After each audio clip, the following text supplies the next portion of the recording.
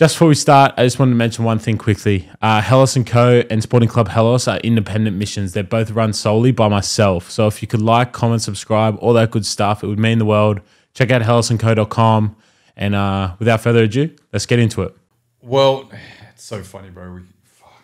Yeah, I copped a whole lot of shit because I was Speak it a little bit. Oh yeah. We'll just go off the dome, I reckon. Yeah, no, fucking knows. Yeah, that's a bit of a funny one, bro. Because you know, when I started off, there was no West Sydney hip hop. That was like really pushing to a level. Yeah, you know what I mean. So I was in Bankstown. I was just running around doing the regular shit, just trying to. I was 17, like hooking into clubs with my fucking cousin's ID. Yeah. Shay, shout out to Shay. But so anyway, I was doing that, and then just getting a bit of a rep. And I was in this group and stuff. And then what happened was, I had a manager. We actually tried to pitch this massive group, which is a collective from like Brisbane and Sydney. Yeah, there was like 9 of us. Like, yeah, it was wild time. And we went and pitched it to this like independent label, and then they turned around and they were like, oh nah, there's too many of yous. And bro, we had every Nash show under the sun. We had a dude from Chicago there, we had a dude, Philo dudes, like South African dudes, little Philo chick in there. Like, it was wild, it was heaps of us. Anyway, so we tried to pitch it. She was like, I can't pitch this, it's too much. And Eminem was sort of like just sort of coming up, and Dre had sort of co-signed him. I had that same person that owned the label turn around, hit me up and go like, hey, I can't really push the whole group, but I could definitely like work on a project with you. And fuck, I was young, bro. Like, I was like 18, 19. So of course I'm like opportunistic. I'm like, hell yeah. Is that K9? Under K9, yeah. And so, so I worked on a project for, bro, 2 whole years, and I actually took myself not out of the scene, but I just redirected all my focus onto working on that project. Took me 2 years, and I'm like literally working at fucking Livo, catching a train to Crow's Nest after work, right? Staying there till like 2, 3 in the morning, and then going all the way back to Lickham, where I was living at the time. And I cranked that for like 2 years, but because my manager was so switched on, bro, she just was like pitching, like she knew all the connects. She was just a real good networker. So she was like putting the demos out and all that.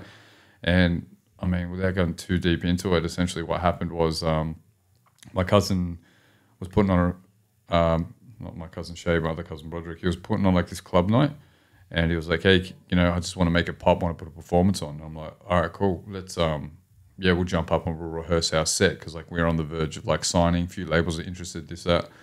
And then we had the big person from Sony turn around, and he was in Sydney, and he heard Pat Hanlon, who's Dennis Hanlon's son. He was an A&R before all that Sony shit went down. And he was listening to my demo in his room, and the big dude from Sony the States heard it and goes, oi, what's your son listening to? And Dennis Hanlon was like, oh, that's a kid we're thinking of signing. And he's like, I need to meet him. And so like that Friday morning, my manager called, was like, yo, you need to come into, like, you got to meet this big wig, like Dave Massey or something like that, his name was, from Sony, like global. I met him, we had a chat, and then he was like, are you performing? And we're like, actually, we're performing tonight. It was my cousin's club night. So we stepped out, and my manager was like, fuck, this was prepaid credit for Vodafone. Here's $50, text all your mates, get everyone down there, we're going to fucking jam it up. So everyone came down, we rehearsed, and we were rehearsed, bro. We were hectic, like did this crazy show. And then Sony would turn around and was like, yo, sign that kid, like basically ASAP. And Sony came to the table with a deal. And the only fucked up thing was, because I was out of the scene for 2 years and I was just working on this thing, that was when the whole like Aussie American accent thing was it was a big fucking no-no. If you rapped in an American accent, well, first of all, if you're from the West, you were like, you're a fucking Westie. Grubby, Westie, right? Yeah, exactly right. So first of all, there was that already working against me, and then I rapped in an American accent, because that's what I came up with. I didn't grow up with fucking Oz rap. I didn't even know what the fuck that was. Like I grew up with listening to like all this American stuff. So then when I came out, all these staunch Australian guys, all these OGs, they were like, nah, fuck this little kid. And rather than be big bros and like help me and guide me, right? They shat on me, bro. And they just like, it was hectic, like online, in the press, in the media. They were all like, they wouldn't take it serious. But if you listen back to that Figgkidd shit, and especially, and this is back to my point, all the people in the West, because I was the only one really repping it, and I was on TV, and I was in the newspaper, and I'm in these magazines, they were like, fuck, finally one of us is like, they didn't care how I did it. They were just like, finally one of us is out. And then, but the rest of the, like the media and all that, bar, I will say a couple of like, you know, who I consider homies now, they sort of repped it. But yeah, for the most part, bro, I got mad shunned. And then later when I started to shift it and sort of understand my responsibility with my natural accent, then all of a sudden it doesn't matter. Yeah. Do you know what I mean? But if you look, bro, if you look on any doco, if you look at any history book, you look at anything, I still to this day did some of the biggest shit in Australian hip hop history, and I don't get anything about it. I'm not even a fucking footnote, bro. You can't even, if you read my Wikipedia, if we try to amend it to actually say what we had done, it gets wiped and taken back to like, Figgkidd is a rapper from Bankstown that was compared to Eminem. That's all you get from my wiki. And I've accomplished all this shit. I've done all this shit, released all these things. I've been involved, like, bro, and you get, like, we can't, my manager tried to change the wiki at one stage with factual things and just always gets reverted. Wow. Isn't that crazy? Fuck. It's like some conspiracy theory shit, but like, why me? Like, I'm just like this standard dude, you know what I mean? But yeah, who the fuck else had Tech N9ne on a song? Yeah. Or Proof. You know, or Dilated Peoples who had Babu on their, you know, doing the cuts on the first album, like no one. And dude, and the other thing that pissed me off was all these other guys fucking talking big shit like they're from Australia, one of the most fucking privileged countries in the world. I went to the States and there was fucking rooms where there was superstars in those rooms. You know what I mean? Like, and bro, I held my own then. I was in those same rooms and you know, that's why I got, and the crazy thing is you ask any Americans when they came out here and they knew who Figgkidd was. Still to this day, I've got a lot of American homies that live here. They're like, when we came out, our understanding of what hip hop and doing shit big is what you were doing. Yeah. So we thought what you were doing was you know, but the Australian people, but they don't want to fucking hear about it. They still don't want to hear about it. I can't, bro. I've got to kick the doors in. I can't. There's no one like turn around and be like, yo, you know what? Figgkidd actually did some shit. Like, let's be real. No, nah, none. It's almost like they've all dug their grave too much to be able to turn around and admit. You know what I mean? Like, I don't know. Big time. Big time. But that's crazy. Sister knows Figgkidd. I'll take it. But yeah, it was just, it got brought up and I was doing my research last night. I was just looking at some of the features you had back in the day, those albums as well. One that threw me off was like Redfoo. Yeah. Because like for me, so I was born in 2000, right? Yeah. So I remember so clearly when I was like 7 or 8, my sister showed me, what's that album Chris Brown hauled? Exclusive that had like yeah. That was like my introduction to hip hop there and then. Okay, yep. And then as I turned like 10 or 11, LMFAO just went bonkers. Yeah, because what the fuck? Oh, because I remember it so clearly. We used to go to Yamba every year, which is like for our family holidays. Yamba is like just short of Ballina, so like 2 hours short of Ballina. I know, yeah, but my folks live up in Ballina now. Yeah, Yamba's fucking beautiful part of the world. Yeah, but so there'd be like an 8 or 9 hour drive. But back then, like she'd share me her earphone because I was in the middle, and she'd play "I'm in Miami, Bitch" and Party Rock Anthem. It was before Sexy that. and I Know It. No, even before those, it was like Shots. It was like that first one that 2009, I think it came out. Yeah. And then I was looking at your features and I'm going, fuck, Redfoo, like just threw me off guard so much. Bro, I got a crazy story about that. Did you link with him when he came back over like a few years ago? Yeah, I got random footage. You can find it. It's LMFAO at Oxford Arts. He actually pulled me on stage, and for some reason, some rando recorded it in the crowd. But he pulls me on stage and goes, "This is Figgkidd, aka Lee Monro, Australia's finest." And he's like, he says to the crowd that I was the guy that got him back into making music, which is true. Yeah, it's mad. How so? How so? So, for people that don't know, Redfoo used to be in a duo, Redfoo and Dre Croon. And they had and this is back in like old school LA times, you know what I mean? Like coming up, Souls of Mischief, you know, when Black Eyed Peas were like early days. And they had a track called The Freshest, and that was like a 12-inch. So, but that was like underground LA heads that was one of their anthems, you know what I mean? Dre Croon fell off, but for anybody that doesn't know, you know, Redfoo is Stefan Gordy, is the son of Berry Gordy, who was the founder of Motown Records. Yes. Right. I knew his dad was like a label head, but yeah. Yeah, so his dad founded Motown, so you can understand. So he's like from money sort of thing, right? So essentially what happened was I was in LA, and this is on Sony's dime, so I'd already been signed, and I was in LA, and what we were doing, we were mixing the album in LA. And while we were over there, they were still looking for singles. And so we had producers come by the studio with Larrabee West, which isn't there anymore. It's over in West Hollywood. So we were in the studio all the time, and producers were just coming down and like shopping us beats, and just like, and back then, bro, it was literally beats in the CD case. You know, remember the big CD folders? Yeah. So you'd like open this fat ass folder, bro, and you'd just be like taking out a CD, pumping it in, skimming beats, you know, bang, bang, bang. Anyway, so one dude came down. I think his name was J Hits or something, and Redfoo just happened to be with him. Now, I wasn't super familiar. Like, I knew the freshest, but I didn't know Redfoo, like specifically, because back then as well, like on those days, like we didn't have a lot of media. It was like magazines and shit, so you wouldn't really see what these dudes really looked like. But he introduced himself. He's like, "Yo, my name's Foo," and he's like, Redfoo Director, and he did the whole bit. And the thing with the American guys, particularly back in that time, there's not as much internet, so like they would talk to you like you don't know them. Yeah. So they would. There was no reservation. They'd give you a quick rundown of what they did. Anyway, so he told me who he was, and was like, "Oh, okay, cool." Anyway, so his mate pitches me some beats, and that was it. Like pretty much the end of it on the first trip. Some of the beats were okay, whatever. We came back to Sydney for a month, and we had to go back for mastering. When we went back for mastering, we were at Crazy Girls, which is like a strip club where a lot of like Hollywood or like label music people, they do business there. It's where you go have a meeting sort of vibes, you know. So I rock up there, I walk in, and straight away I see Steph like standing at the bar, and you can tell because he stands out, he's got his hair, stuff like that. So I turned around, I was like, "Yo, Steph." He's like, "Yo, Lee, like, what are you doing here?" So, "Oh, bro, we're just back for mastering." He's like, "All right, cool." So anyway, we hang out that night, and then we're like, "All right, let's take it back to the hotel, kick-ons, whatever." So I jump in the car, and then Louis jumps in with Foo, and he was like, "You know what was fucking funny?" He's like, "When I met you guys the first time, like, you guys got me into wanting to make beats because you got what you guys were doing was quite edgy. Like, it's not like anything here in the States, right?" So he's like, "I actually made a beat for you. It's on this fucking CD." So he plays it to my manager, and I'd already got back to the hotel, and she calls me, and she was like, "Yo, I think we found a beat for the single." I was like, "All right, cool. Like, bring it back to the hotel." So anyway, it was I Gotta Know, and Redfoo was already on the hook.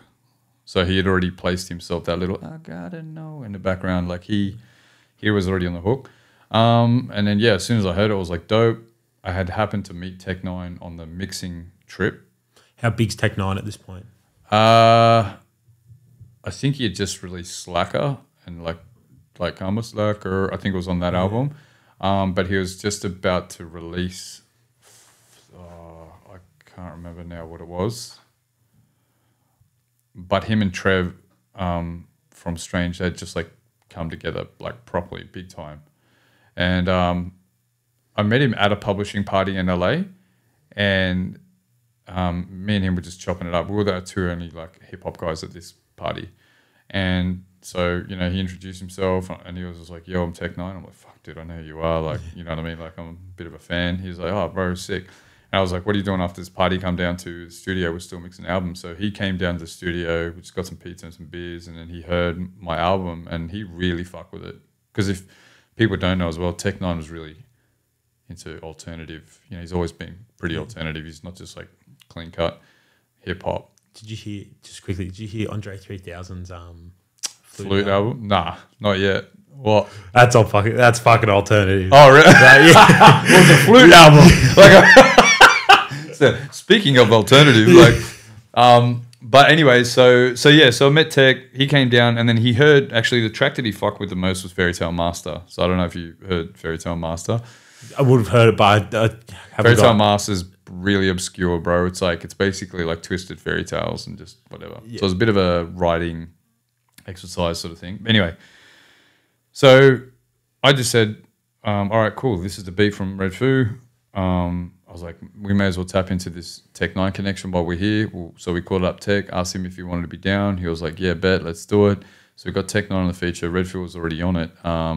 And then, so we did that. But the thing was, so that was the first single Redfoo had done for years and years, right? But doing it, we were going around LA and we were getting the DJs to play it in the clubs, and it would keep the party going on the floor, like, you know what I mean? Like, so the song's just, a bit of a bop. So because of that, he turned around and then was like, "Yo, man," like he was really vibing on it, and he he came up with the idea when I was in LA. He's like, yo, we should do a duo, like a party rap duo. He's like, would you be interested? I was like, yeah, that'd be dope because me and him got along really well. So I've got to go back to Australia and see this fucking album out. And then later on, he just got his nephew to fill that void anyway. So you could have been part of LMFAO. Yeah, so like I'm glad I wasn't because I wouldn't be wearing fucking like tiger print spandex. But it's dope. It's dope to be, you know, like a kickoff point and inspiration for somebody who fucking took over the globe at one point and who was just, you know, so recognizable. So I was the one that sort of inspired him to get back into music. Yeah. That's a crazy start to the podcast. And if people don't believe it, bro, there's literally video evidence by chance. Like I got it some random, just did a little 10 or so minute video on YouTube that happened to be at this little tiny Oxford Arts DJ gig, and he did a remix of I Gotta Know just for this show. And I went and caught up with him at the hotel. We were chilling, and then we went to the gig, and then he got me on stage, and we did the track. But whatever reason, the person that recorded it literally happened to get him just say, "This is Figgkidd, aka Lee Monro," and he got me back into music. Wow, is that fucking bullshit? That's crazy. That is crazy, man. Ah, but you know what? What have I done for the scene? Nah, so Jesus.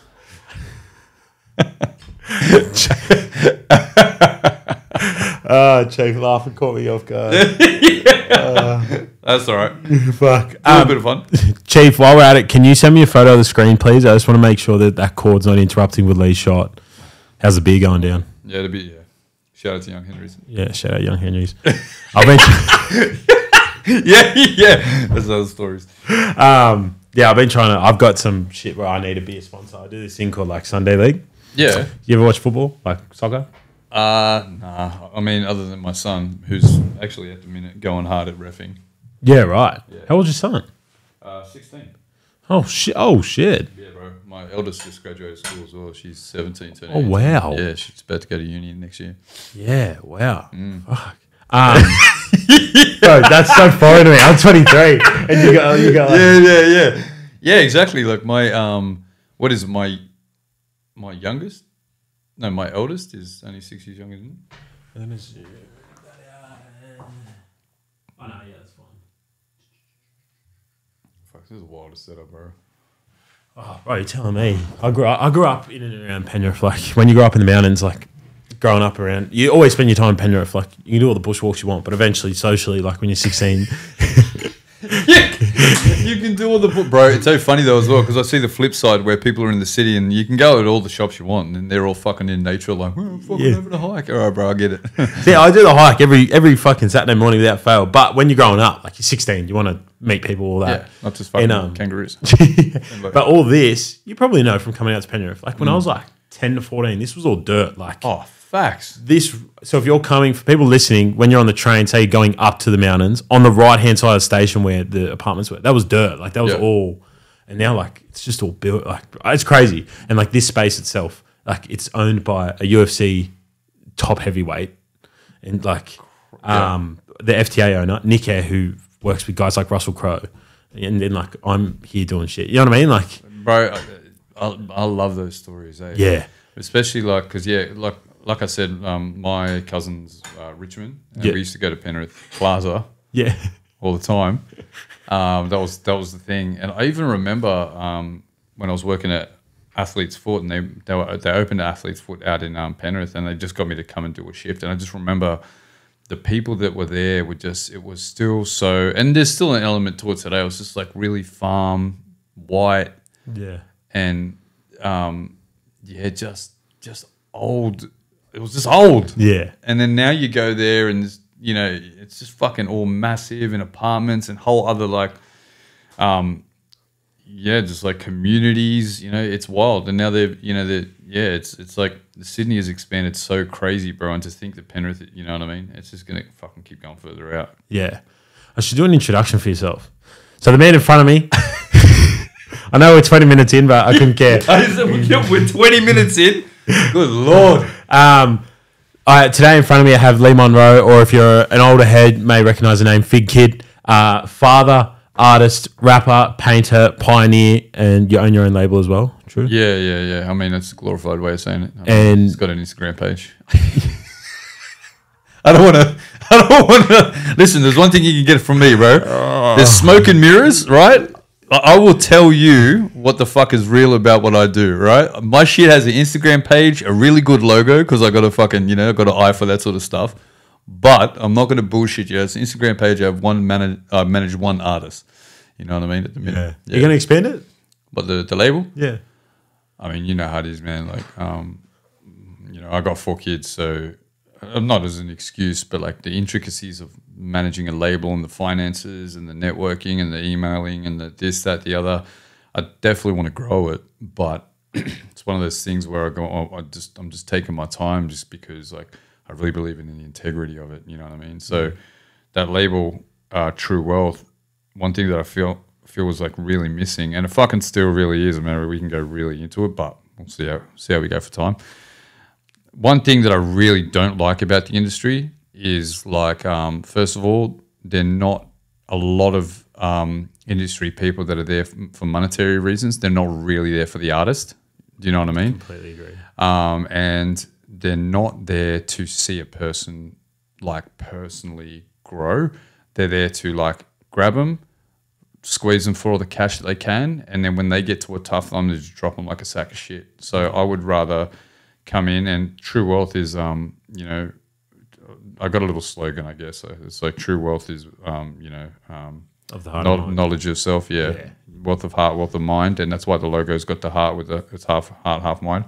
And so it's really about enriching yourself, here spiritually, mentally first, and then, money is a byproduct of that. And if you do it with integrity and believe in the process, I mean, ultimately wealth will come, but it's about, you want to be able to fucking sleep at night knowing you're doing your best. Yeah. You know what I mean? So, yeah. But I'm not going to act like I'm fucking, Suge Knight.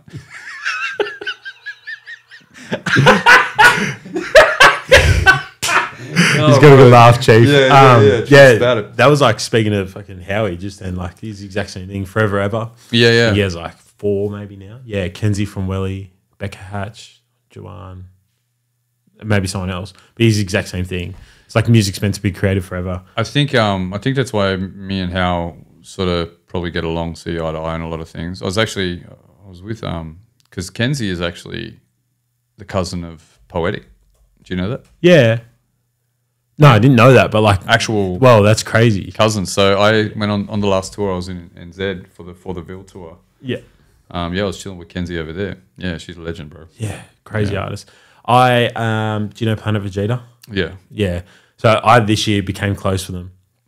So I had a potty with fuck there's 6 cunts out, eh? Coolest guys, man. Coolest. I have so much love for their crew. This year I had 7-0 on the potty. Yeah. And it was just him and one of the boys from 92 World as a collective, Johnny, who does like logistics for their trips out out to like Northern Territory, which are crazy in themselves, what they're organising. But I just did my research like I do with any guest. And then it was clear like Jaquil, he just appreciated it so much. And then he's like, yeah, all right, come out to our next 92 session. And we became close. And then eventually, so he's like, they're all independent. Yeah. It's basically like he's doing the management of like pushing the music, blah, blah, blah. Yeah. He's got the biggest audience. And I remember I said to him last time I was with him, I was like, you've got to listen to Jermaine's Interlude, which is J. Cole on a DJ Khaled album, of all people.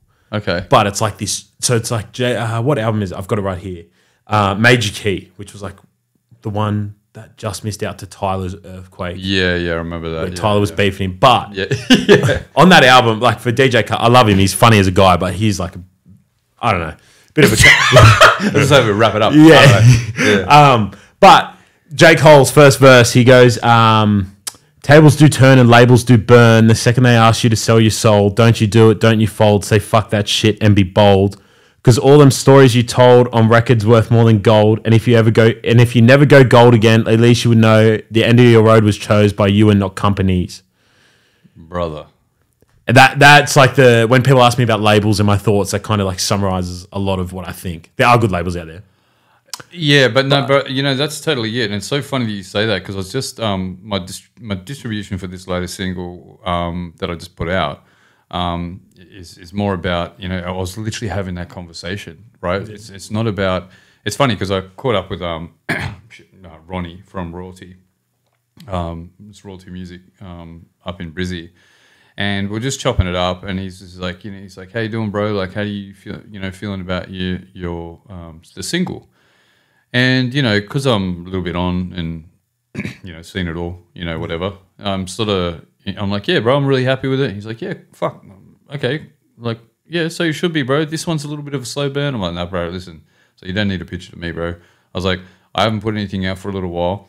I've got to start again, got to like get my engagement up, get my content up, you know what I mean? Like people still got to become familiar again with me. Then I've got to get new fans and then, you know what I mean? So I understand the logistics of it. And then he sort of turned around and sort of back to your point, he was just like, "Yeah, man," but he goes, "The track is really but you're happy with the music you're putting out. Like that's the main thing, hey? Like, because this is a fucking dope track about who, you and, and Ventry or Poetik." And I was just like, "Yeah, bro," I said, that's the main thing. I don't give a fuck how long it takes. I go, I still got people, the music I've been doing for the last couple of years, right? Like I did a track, for example, called Free a couple of years ago. Yeah. And that track is really about, just people going through struggle. And I touch on a whole bunch of shit that us and all our mates and everyone has gone through. Do you know what I mean? People getting locked up. They might be your best friend. You know what I mean? You feel isolated, so you start looking at drink or substance abuse, and you got to be the one to change your own mind and stuff like that. You know what I mean? And then ultimately to get free. That's the whole like premise of the track. You know what I mean? Yeah. I still have people years later hit me up and be like, "Yo, man, Free just came up in shuffle today. I fucking needed to hear that shit." How's that make you feel? Brother, that's why I do it. Yeah. Like I'm not. Don't get me wrong. Like I can always hustle, but like there's music business, and then there's music. Yeah. You know what I mean? And like I'm here for the music business. Like I do love the art of the chess game. You know what I mean? And the strategy and watching engagement and looking at the numbers and readjusting this, that, the other.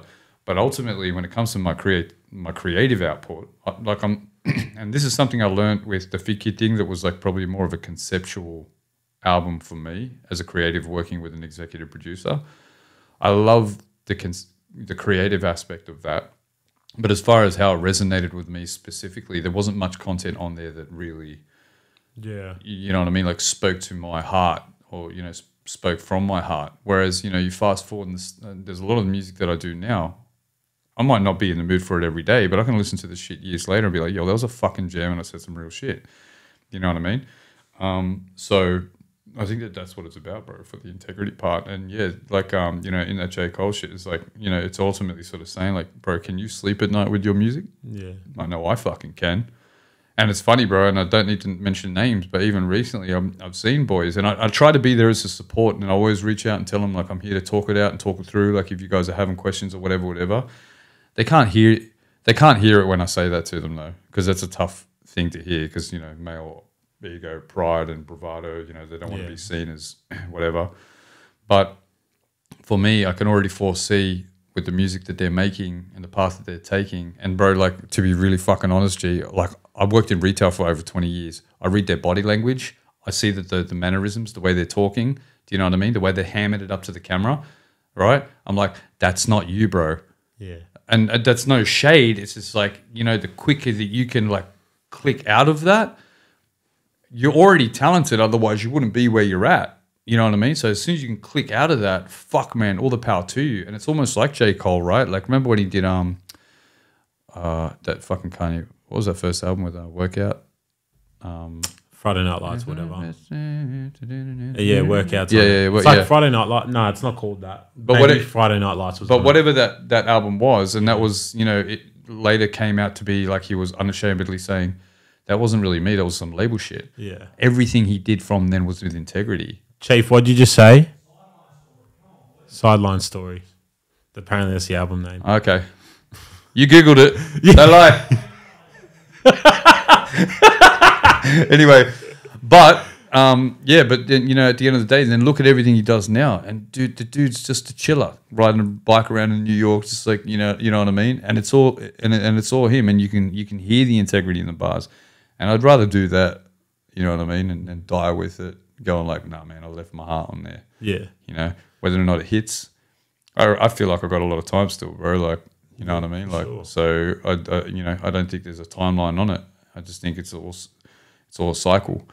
So what I do will be needed on a bigger scale at some point. Yeah. But if I stop, then I don't know when that time will be. Yeah. Yeah, 110%. I said that to Jazz from 92 World. Yeah. Like, whether you know it or not, whether the numbers come or not, like this will live forever. Yeah, like the music you make is so true. It's actual music as well. It's not a trend. You make it because it's like true to you. It's true to everything you grew up on, and it's true to everything you enjoy. I was like, it's not a trend. Any of the music you make, this shit will live forever. Your grandkids will play it. Like I'll be playing it in front of my grandkids. You know what I mean? Like that type of thing. Where I was like, some of these guys will not be proud of what they made so much in a year's time. And it's or so even true. in that moment, they're probably not proud. But Some of them won't ticking be boxes. 100%. And you know, like, I was speaking to Ronnie. He said the same thing. There's guys that are literally like going in with a conscious decision to say like, I need to make music for X. Nah, G, you're making music for you. Yeah. Right? Fuck with it. They fuck and, with it. and as a byproduct, it's just so there's so many fucking people in the world. You're going to resonate with your people. Yeah. Do you know what I mean? As we all do. And your actual job, I think, like as a label, as a whatever, you know, from the business lens, isn't actually necessarily to sell it to them. It's just to get it to them. Yeah.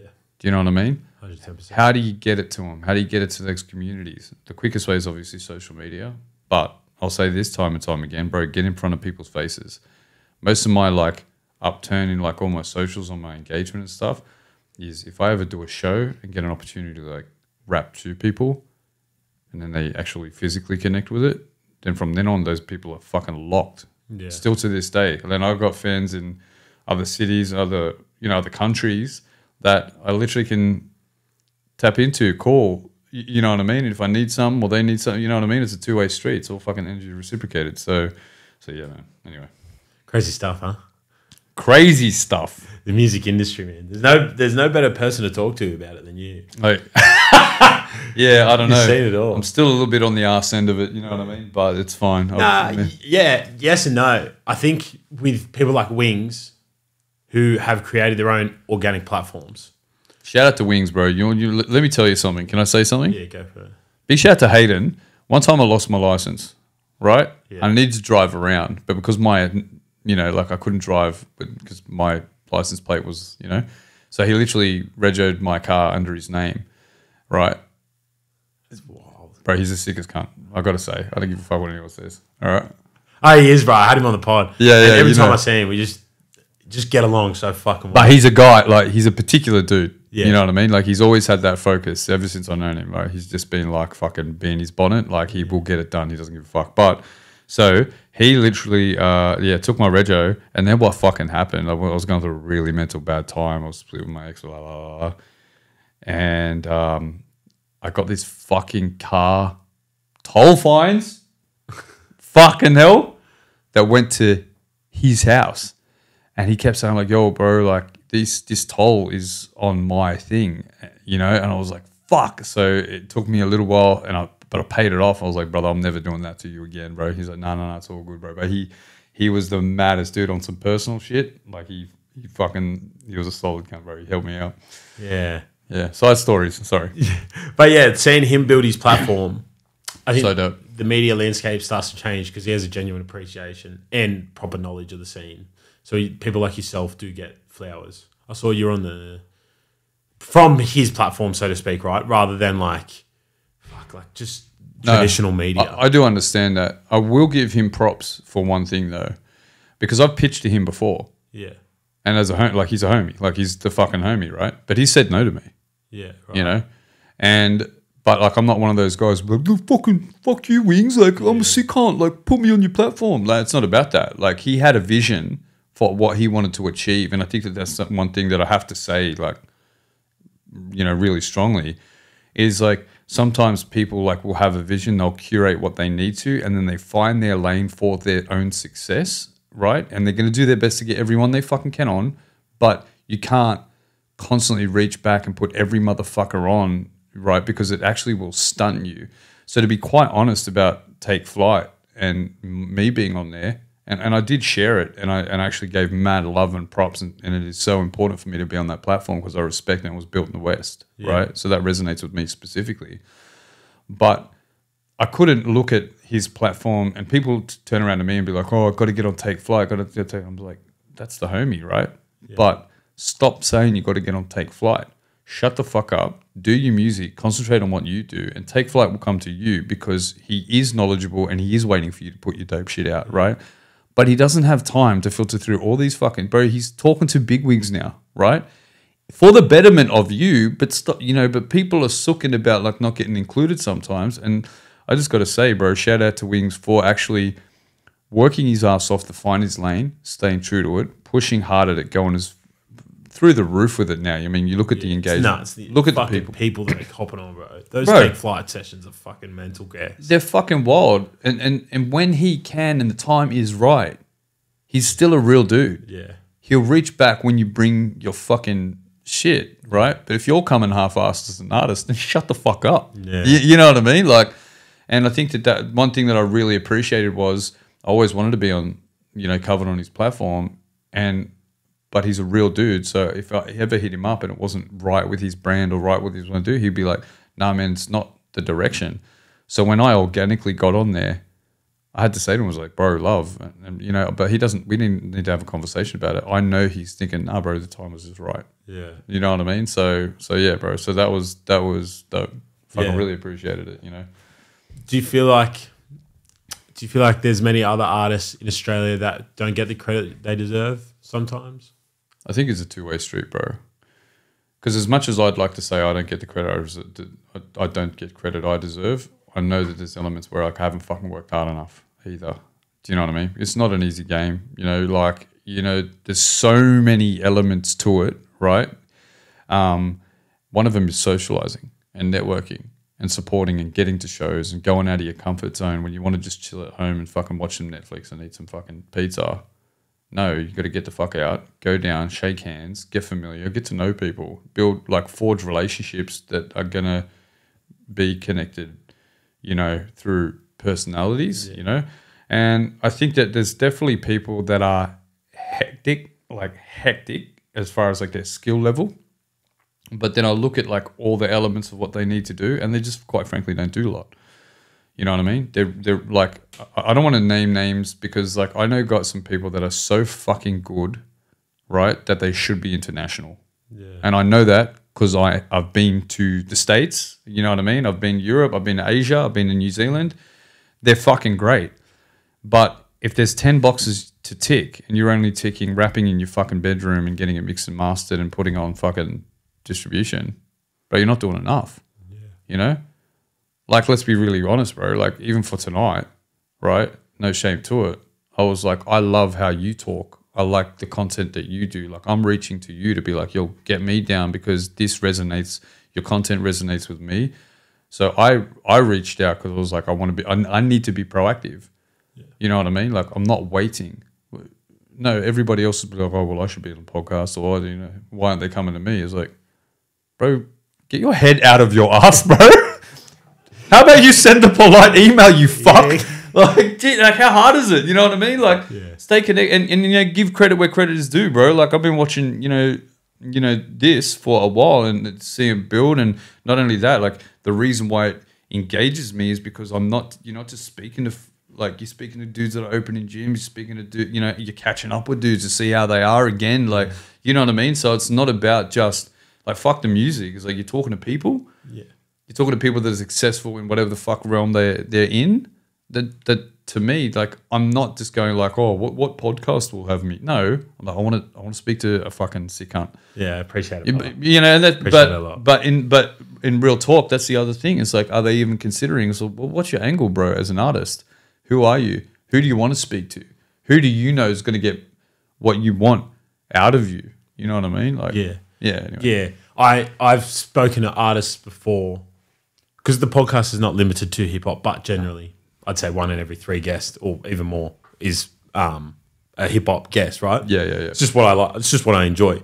But artists like outside of hip hop that haven't come on the pod, but I see them at every event or whatever, they'll ask me. They'll be like, "Who do you reckon I should speak to?" Because maybe our schedules don't line up, or maybe I've had them on, and then they'll go, "Who do you reckon I should speak to? Should I go do this?" And it's like those like simple like Q&A ones, or like shut up interviews. Like, no, like, you actually need to build a personal brand. Like, I reckon the days of an artist like being disconnected from their fans is fucking well long gone, eh? Oh, bro. And it trickles into other things. Like, this is such a fucking sidebar, bro. But like, I'm massive into basketball, and like I just noticed recently, like the NBA sent out these basically like fan favorite little trophies to like, you know, Luka Doncic, bloody, you know, Russell Westbrook and stuff. So the fans that actually voted for them, then they get this little footage of like them opening their little award and saying like, "Oh, I'm a fan favorite," and I was thinking, wow.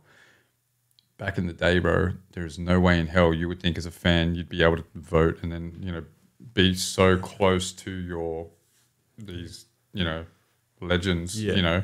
But now that, that's closing, you know what I mean? Like, I don't want to say it's, as artists, we have the luxury now to actually delve into like who the fuck we are. And then it's a blessing and a curse, I think. Sometimes there's things that you want to keep private and maybe out of the spotlight. But I think that if you're doing things, again, with integrity, it's like, nah, bro, you should be okay to have yourself out there and build with your audience. And you want more context to what you do.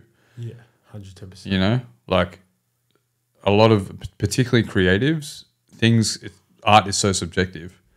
So things can so easily, and I've learned this the hard way, so easily be taken out of context as an artist. You say one thing the wrong way and someone formulates an idea about what it's been said, bang, you're fucking done. So the more context you can get to your depth of character, the more I think people can actually like enjoy it and engross themselves and actually like, well, what is the meaning? And like, if I get better context for this, I can get better context across the board of like what type of person the artist is. You know what I mean? Yeah, 110%. Speaking of like that NBA thing, the Americans do it so fucking well.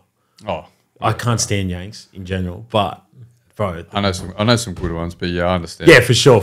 I know you're talking. I know the type you're talking about. Yeah, it's like those arrogant bastards. But when it comes to like the content world, the modern world, I should say, the digital connection, them with like how they engaged the highest level athletes with the common man, for lack of use of a better word, is unbelievable. They've just led the way in so many aspects like that. I didn't know about that. But that's crazy. But like you see it across all their sports, like the way they engage is just crazy. And it's just it's elevated, right? Like so much. And you know, if you're a true sports fan, I'm sure you like, bro. Well, you're football, right? Yeah. So even look at, and like I'm not football, so you know, pardon my ignorance if I say some dumb shit. But you know, I am a sports person. Like I'm a massive on ESPN docos, like, and I don't give a 30 fuck. for 30s. 30 for 30s, and just all those. I don't give a fuck. I don't give a fuck if it's about golf. Tennis, I don't give a fuck if it's about that fucking UK football stadium collapsing, like, and it was just all based around that day. I don't care. Like, I just love the psychology behind it. But if even you look at the American like league, what is it? MLS, Major League, right?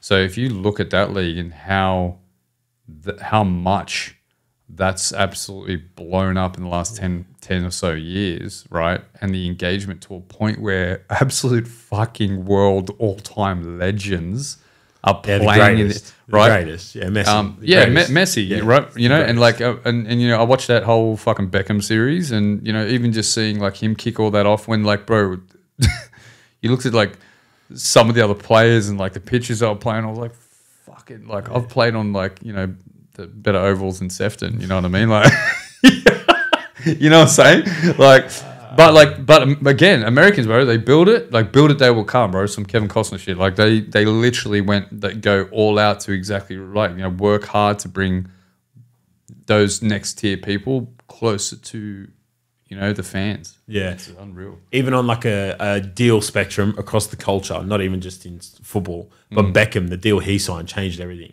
Because instead of just getting a wage, he got percentage of the revenue generated from like streams. What would have been TV deal? Back TV then. deal, yeah, 2008, and like the brand deals he got, the stakes he got in different companies. Like he just revolutionized like the deals there and then. 2008, it would never be the same after that. Which is crazy. Players now, when they sign a deal, they're like, all right, who's the sponsor? Okay, if the sponsor's doing this, then I want 5%. Oh, like I want $100,000 in stocks and stuff like that. You know what I mean? Like and just change the game. And I say that to artists as well. Your deals don't have to be like you sign and get paid a wage like it's a fucking job. There's so many ways you can navigate a deal. Bro. I'm massive on. We don't you know, I was in the whole deal game, you know, like we literally the label got paid X amount. I was sort of asked, what do you want out of this? I said, I want to be not working for 2 years, and I, you know, forecasting that my trajectory would be up, and I went through some heavy mental shit. Unfortunately, that sort of buckled me a little bit. I got a bit much, but yeah. So I was working with this loan essentially the entire time, not really thinking of other streams of income. You know what I mean? So in one way, I was empowered. The other way, I was hectic, disabled. You know what I mean? As a young kid, like, you know, I was only fucking 19, 20, 21 with the deal, whatever. Yeah, it's crazy. And so I've got this luxury all of a sudden to be a fucking rapper. Like, you serious? Yeah. You know? So we were fucking just pissing up on the weekends, bro. You know, just doing whatever, going out, doing shows, this, that, just flying around the country, meeting these fucking people I never think I'd meet in my life, you know? In retrospect now, I look at it and I always tell artists, it's like, how lateral are you thinking about your income? Do you know what I mean? Like, how are you thinking to make money off your music? Because if you fucking think it's streams, lad, you're kidding yourself. And I always say this little story very quickly. $5,000 to the million? No, not even. Not even, G. I'll give you this example, and I tell this to young artists. I say, if you compress 100 CDs and sell them $20 a pop, you will make more money in your pocket that you will see firsthand. Yeah. You won't have to wait for it. People will pay it to you, and you'll make more money in your pocket than you will for $500,000. Yeah, I'm going to look up the amount that it costs. How much does Spotify pay? It's something like 0.0032. Pay per million streams. That's a good pay. Okay, yeah. 3,000. Brother. And if you got a label, I say this to anyone listening that may enjoy music but not really understand the industry. If you got a label, sometimes they can take up to 30 to 50% like of that cut, which is crazy. Depends. And like, you know, and that's all negotiable, obviously. But you know, yeah, you're absolutely right. You know what I mean? And if you don't have like Paul, you don't have leverage. Yeah. So if you're starting, also got to pay producers, all that type of shit. Don't talk to me about it. Honestly, there's so much cost involved, but yeah, I went on a rant one time at a show. I swear to God, I was like, "Yo, thanks for coming down." I was like, "Nah, fuck." I was like, "Nah, you know what? Fuck this." I was like, "You better fuck it," because I'm a bit more like to the point when I'm doing shows. I was like, "No, you know, you fucking better appreciate, man. Like, I really appreciate you guys here, but let me tell you, and you fucking tell your friends this, just to get the track going, right? I got to record, then I got to get down studio session. If I have a link and I'm a decent artist, I'm still paying maybe $260 for the session, maybe another $250, $260. This is on the cheap, by the way. Yeah. You know what I mean? Unless I've got a homie that owes me, all right? I'm still paying like $500 for the mix and master. I might be paying $100 to $200 for the beat if it's not getting produced for me or by me, right? Yeah. So what's that? So I'm already at $600. Then I've got to do a film clip that if you want a fucking decent one by a decent videographer or creative, right, you're probably going to be out of the pocket at another $500 to a G, right? Then you got to pay for your marketing. Then you got to, bro, like just to release the fucking track, and that's with nothing else, bro. You're at least $1,200 to $1,500 in the hole for one track. Yeah, you know what I mean. And don't get me wrong, yes, you know, like you can work with people, forge relationships, and whatnot. But like, no wonder people lose their fucking mind. They're spending all this money to put shit out for what? Like to imaginary people. They don't know is gonna. You know what I mean? So that's why you got to really think laterally. It's like, cool, what else can I bring to the table? Am I bringing merch? Like, what else can people tangible, real life? Like, what else can they take with them? You know? So I'll do shirts. I'll do stick. Bro, you can jump on my fucking website right now and leemonro.com.au. All right? leemonro.com.au. I'm still yet to put a dope shirt up for the Nuances release, but see, for me, and speaking of locals, because I know we're talking about this before, so I got a homie. I don't know if you heard of Create Apparel. Have you heard of Create Apparel? Create Apparel. Anyway, so one of my homies that used to own a basketball store down in Parramatta, like back in the day, called the Playground, right? Yeah. He does like a drop ship now. So he bought the rights to this Create Apparel in Australia. Print on demand, right? And it's digital print, but digital prints come so much further along, you know what I mean? So it's actually, you can get decent shit. So literally, now for my artists, anyone that really fucks with me, like, bro, I can set you up a website with the store that has drop shipping in like an hour. And like literally you don't do anything, no out of pocket, free to set up. All you got to do is buy your domain and just sell your shirts online, and you just get your commissions every month. Yeah, man. How the fuck are we not thinking about this? Artists, how the fuck are you not thinking about these things? Ask the questions. Anyway, not all day. Or just look around. Or just look around. Hey, Google search. Yeah, there's a guy called Nipsey Hussle. Fucking research. There was a guy called Nipsey Hussle. But the mentality there, 100%. That guy, man, he was just, so I was like 18 when Victory Lap came out, the first year out of high school. Yeah. And like, obviously at that age, you don't really appreciate kind of what you're listening. Do you know what I mean? Yeah. You're 18, like, you talk about money, and you're like, oh, I think you're like every other rapper. And then it like just hit me one day in the gym. I was like, oh, fuck, like I'm listening to a businessman rather than a guy talking about money. Yep. And that was the first time I'd seen the diversification of income from an artist at that level. Yes. I didn't know about Diddy back then. He's a fucking weirdo anyway. I don't want to even talk about him. Yeah, fuck that guy. But like, I didn't know about Diddy. Jay-Z, I didn't really know about. I knew he was fucking that rich because him and Beyonce, right? Like, of course they created massive wealth, but I didn't know like what he had owned. So like, Nipsey was his first guy that I'd seen that from the music, and same with 50 Cent. I didn't know his deals at the time either. And now you've seen this trend of artists who own all their own royalties. I know 2 Chainz bought his own royalties back. Yeah, his masters. That's the clincher. If you own your masters. Yeah. Yeah, because there's different types of royalties, but like your masters is your royalty that you want, because that's a physical recording. Yeah. So when you own the physical recording, which is generally owned by who recorded it. So say we recorded something here, you would actually own the masters. Yeah. You know what I mean? So you'd always get a royalty for owning the masters. Yeah. Like, because the whole idea is if like, so say that song gets played at like an NBA game or like a festival or something, that money's going straight back to him, isn't it? Or if it's used in like an ad, he's getting that full. If they own the masters, because there's writing royalties. Yeah.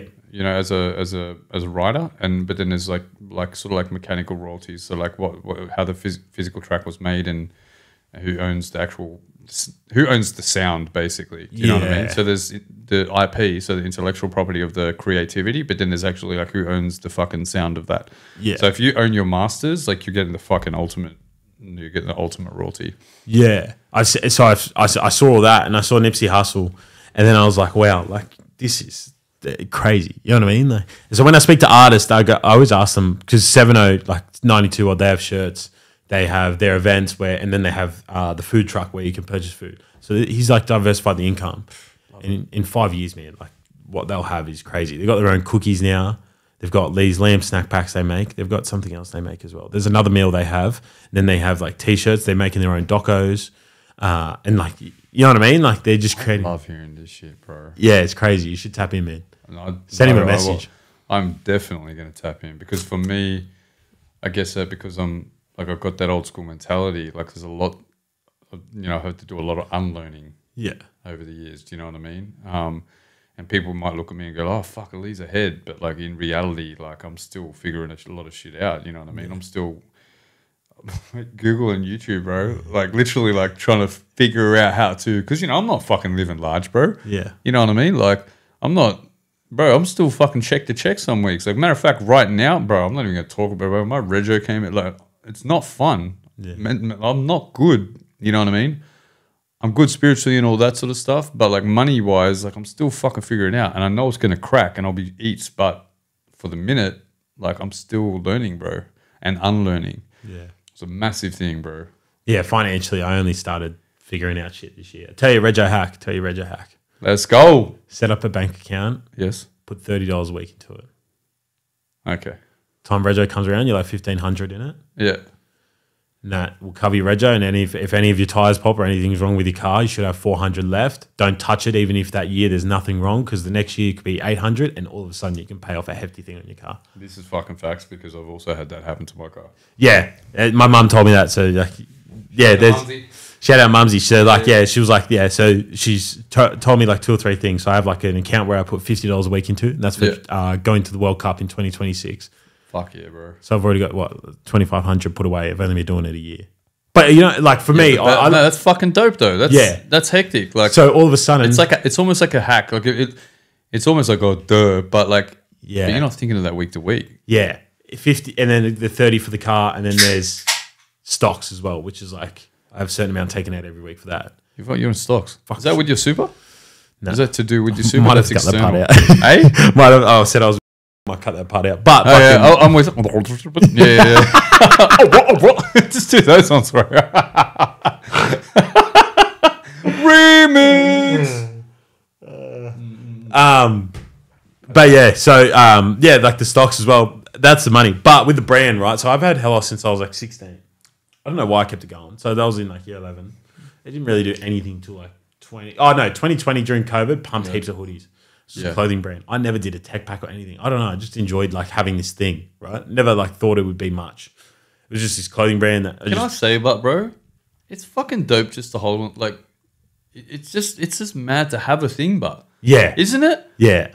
I think sometimes people take it for granted. Like even if it is just like subconscious in the back, but you believe in it and you love it. It doesn't matter what the fuck it is, really. Yeah. Like even like for True Wealth, like it's I feel that it's like you say be like, oh, you got a label, be like, nah, just True Wealth's just my thing. I don't know. I feel like I resonated with it. It's fucking hectic.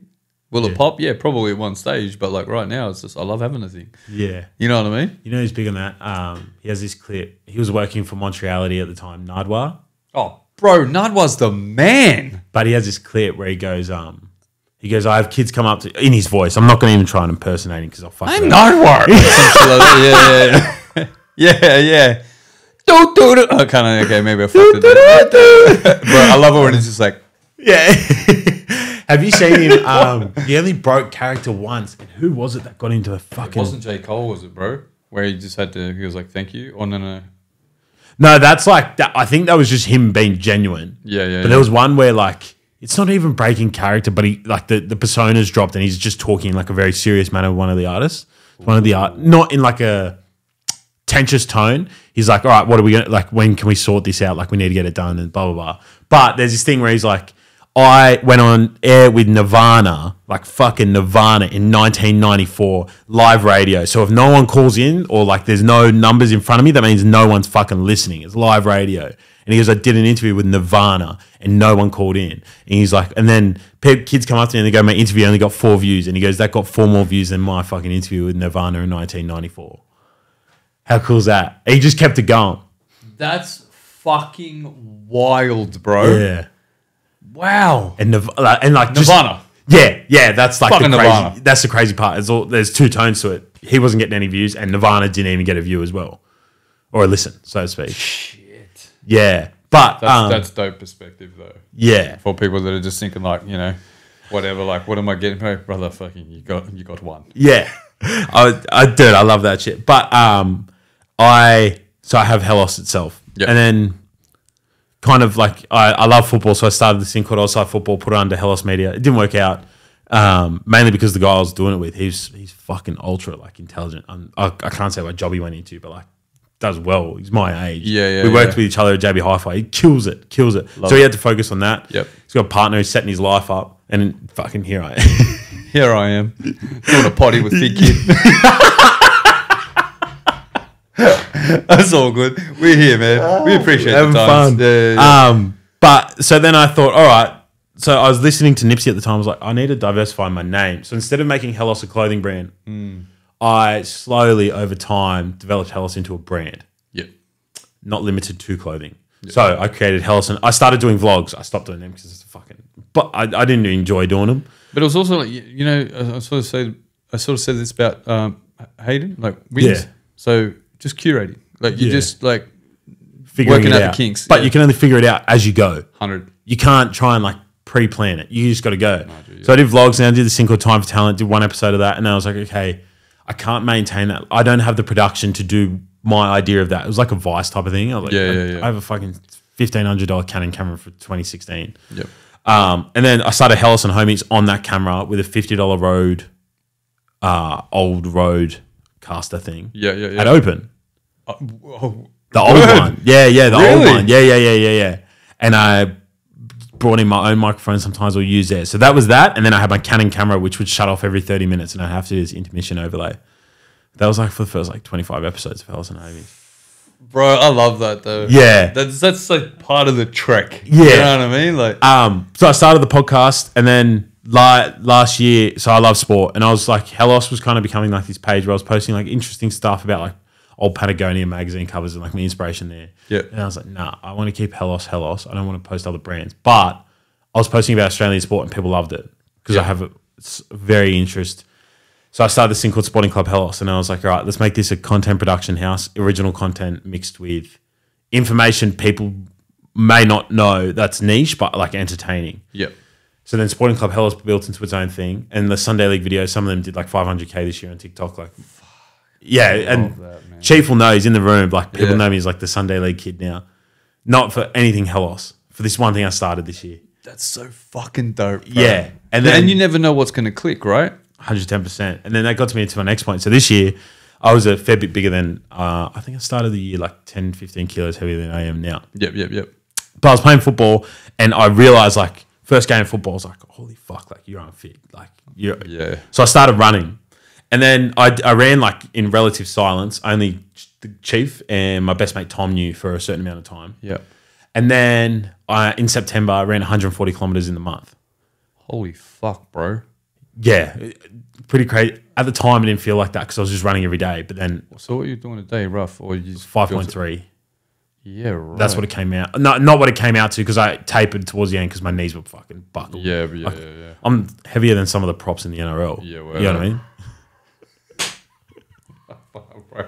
I'm pretty sure I'm heavier than Junior Paulo, who if you like, Yeah, G. Fuck, really? big boy, man. Yeah. But that's still, it's just crazy to me because I'm not a fitness fucking freak, but I take care of myself. You know what I mean? Yeah. I'm 42, like I work out. You know what I mean? I got to look away, but like for running, because I play basketball. Yeah. But when I got into a bit of I actually fucked my back. I won't go into that now, but I was just doing maybe 2-3 times a week, only 2-3 times a week, 2 to 3K. Yeah. Maybe. So to hear 140, like for me, like I'm calculating, I'm like, yo, that's running, bro. Thanks. And you weren't saying.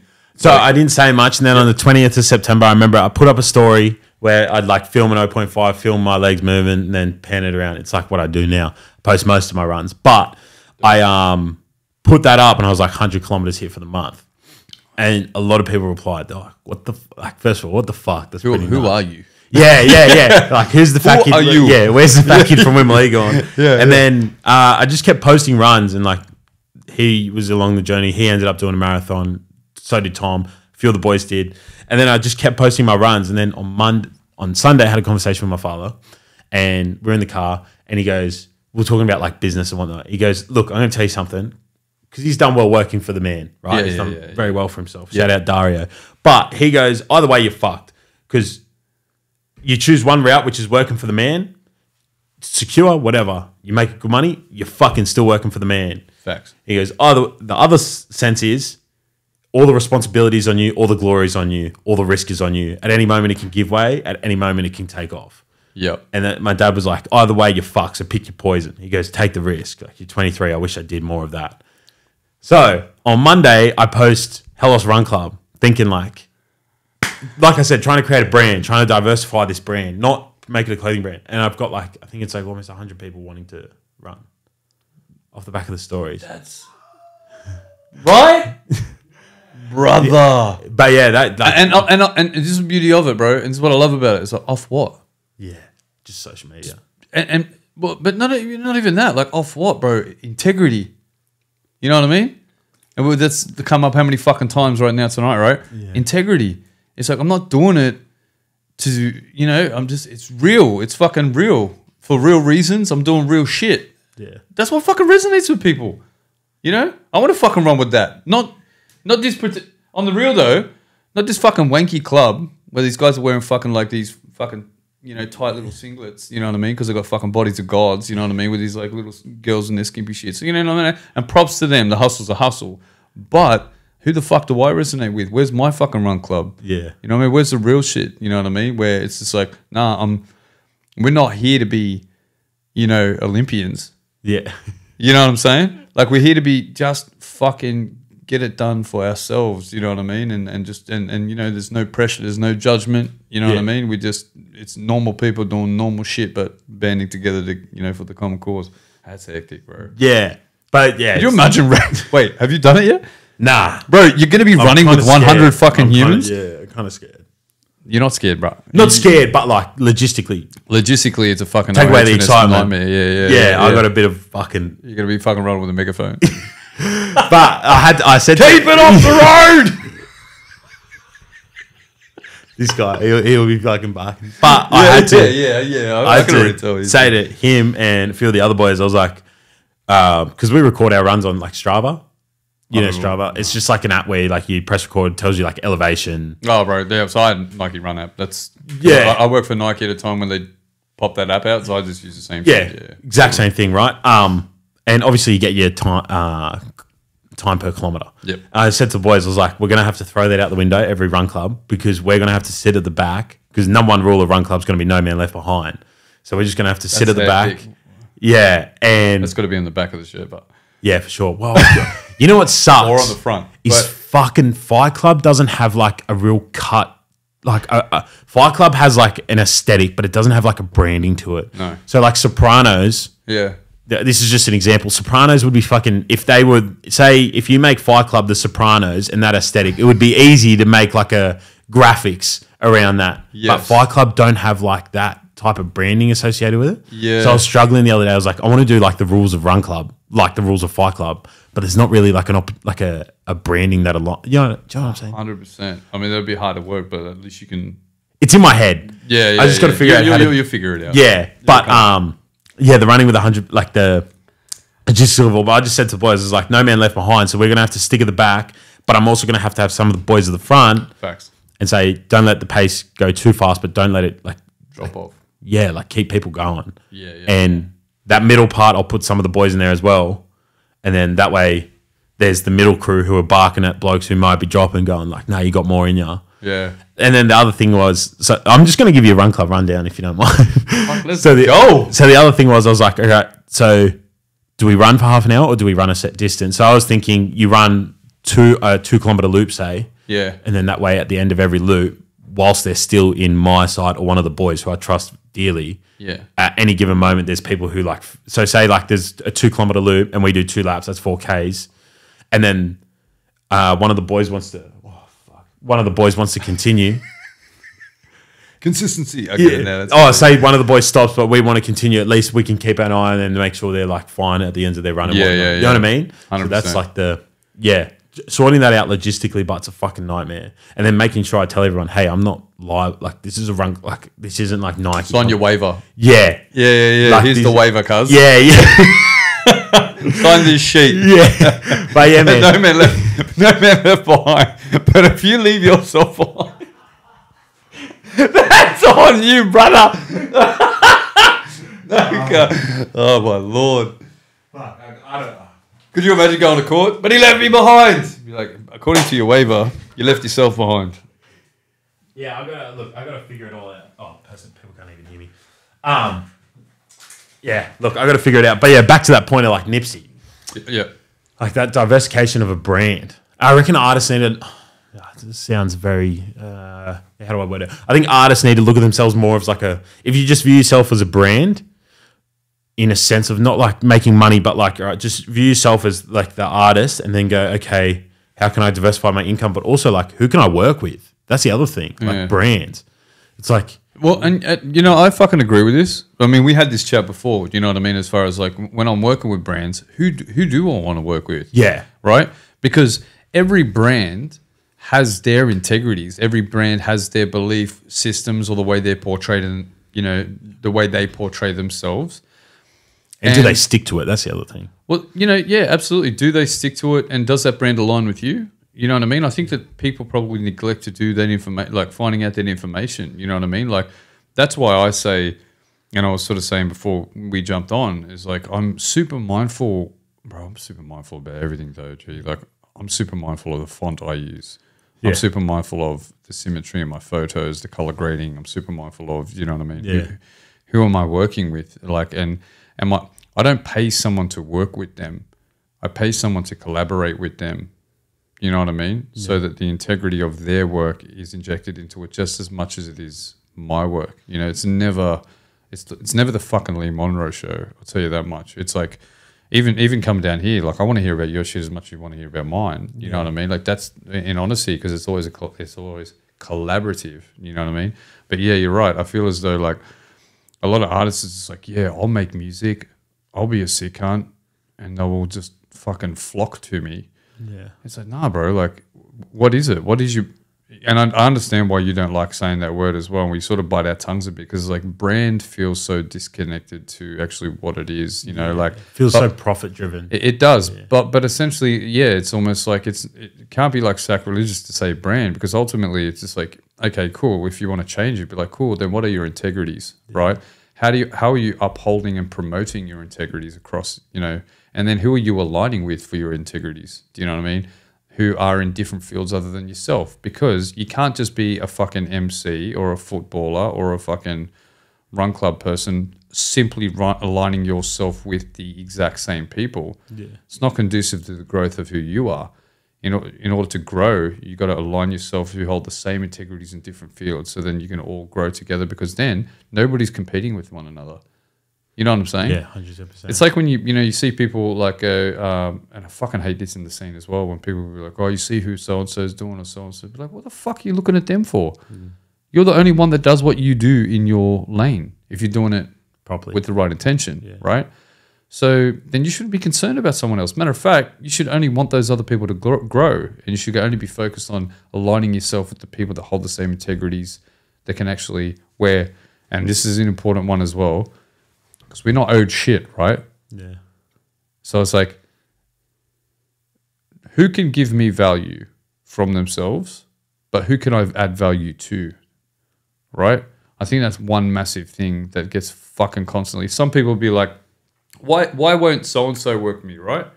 Or why won't, how come they're not coming to me? I was like, what value are you adding to them? Your sick verse? No one gives a shit. You know what I'm saying? You know what I'm saying? Yeah, like, no one cares, bro. It's like, what value are you adding to them? When I work with artists, right? It's not. I don't just promote. Oh, it's good promotion, bro, to work with Lee Monro. No, bro. I'll go out of my way to sell you. I'll go out of the way to get you jobs. I'll go out of the way to really call out your strength, so that when people look at me and go like, oh, I align with Lee Monro, but I can understand why Lee aligned with that person, because creatively that person also does, you know, has their own integrity. So I can see why Lee aligned. So then I, by the same sort of mentality, align organically with that other person. You know what I mean? So it's not always about like how the fuck can you value yourself. It's really about how do you add value to them.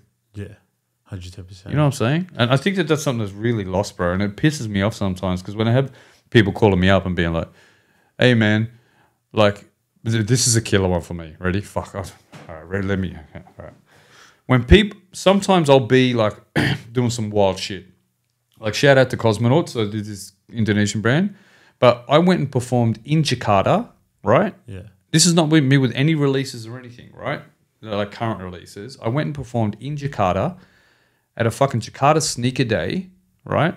Which had something like over 4 days had foot traffic of like 94,000 people or some shit wild like that, right? Yeah. And I was an act that was representing Cosmonauts brand on a main stage there, and then I got another show in Jakarta, right? Yeah. People here aren't doing that. But how did that happen? So if you rewind it back, I know Jay from TKS, right? And him and I constantly go back and forth. Ideas, this, that, you know, just shooting the shit like we are, right? Yeah. And inspiring one another, right? So we're adding value to one another, right? If an opportunity comes up for Jay, I shoot it his way. I don't want anything back from him. I'm just like, I know the perfect guy for it because I collaborate with him mentally all the time, right? So it's Jay. So in the same energy being reciprocated, Jay, you know, found an opportunity to get me to Jakarta. Now, with regards to Cosmonauts, years ago, they did a small pop-up down in, I think it was like Surrey Hills for the brand, right? So it's an Indonesian streetwear brand, right? I really aligned with it because it's like bold lines, like cartoon-based, like graphics, right? And so it's like really, that's my shit, right? Because I'm into Warner Brothers, Disney, all that sort of stuff, you know, you can see my tattoos, right? So for me, I went down, I love the brand, and I bought a shirt or two, met the owner, shook his hand, whatnot. So I was familiar with the guy. Jay's got a great relationship with Andre, who's the owner of Cosmonauts, right? So later on down the track, how do I get to be performing in Jakarta at this fucking massive sneaker day, which is also a passion of mine, was because I added value and continued to connect and grow and build a relationship with all these people, right? And then so you can see, like, I create that a story, I guess, or that like timeline. So you can see there's a lot of moving parts into that and like a lot of value adding. I'll come back from Jakarta. Someone will just whimsically call me up and be like, "Hey man, give me your contacts to Jakarta." Yeah. I said, "Bro, this has been years. Like, this took me like 3 or 4 years to make this happen." Do you know what I mean? It's been an ongoing relationship of just collaborative conversation and fucking building, right? I do one thing in Jakarta and you think I'm just going to call my mate and be like, "Oi, put this dickhead on." You're right? I have this problem all the time. All the time. And like, I'm not trying to throw shade on these people because they don't fucking know, right? And I can't go out and explain every single time that it took me fucking 4 years, cunt, to get to know this person intimately. I know their kids. Yeah. Like, when I went to Jakarta as well, I was staying with my homie Jay in a hotel with his son. We were going down, eating breakfast, going to the mall, doing all this sort of stuff. Family shit. Family shit, right? And all people are looking at, "Oh, you're performing at a fucking Jakarta sneaker day. Send me the details." I'm like, brother, I'm hanging at this is fam shit. You know what I mean? Like, we're building like more organically. So I think that's another thing people sort of neglect to understand. Is like, you know, these relationships are really fucking forged, bro. Like, it's not, you know, and that's why it's invested in the music and stuff. It goes deeper, is because, like, you know, like at the end of the day, we're taking time out for one another. You know what I mean? 110%. Yeah. Anyway, that connection. Yeah, I've had a few people who've never really like shown it, like they're my mate, but like when it comes to Helos, there's no support. What, you don't have to. You can be my mate and not support Helos. I don't give a fuck. Yeah, right? it's all not your cup of tea. Not your cup of tea. I enjoy having mates who do various different things. I like keeping like my network and friends in that network, and then keeping like hometown and all that, and boys I grew up with like separate, you know. But some of the boys I grew up with or like grew up around, they'll message me like, "Oh, hey, can you get me in contact with this guy?" I'm like, "No, bro, like you've done nothing. Like this, like, do you understand? I can't just."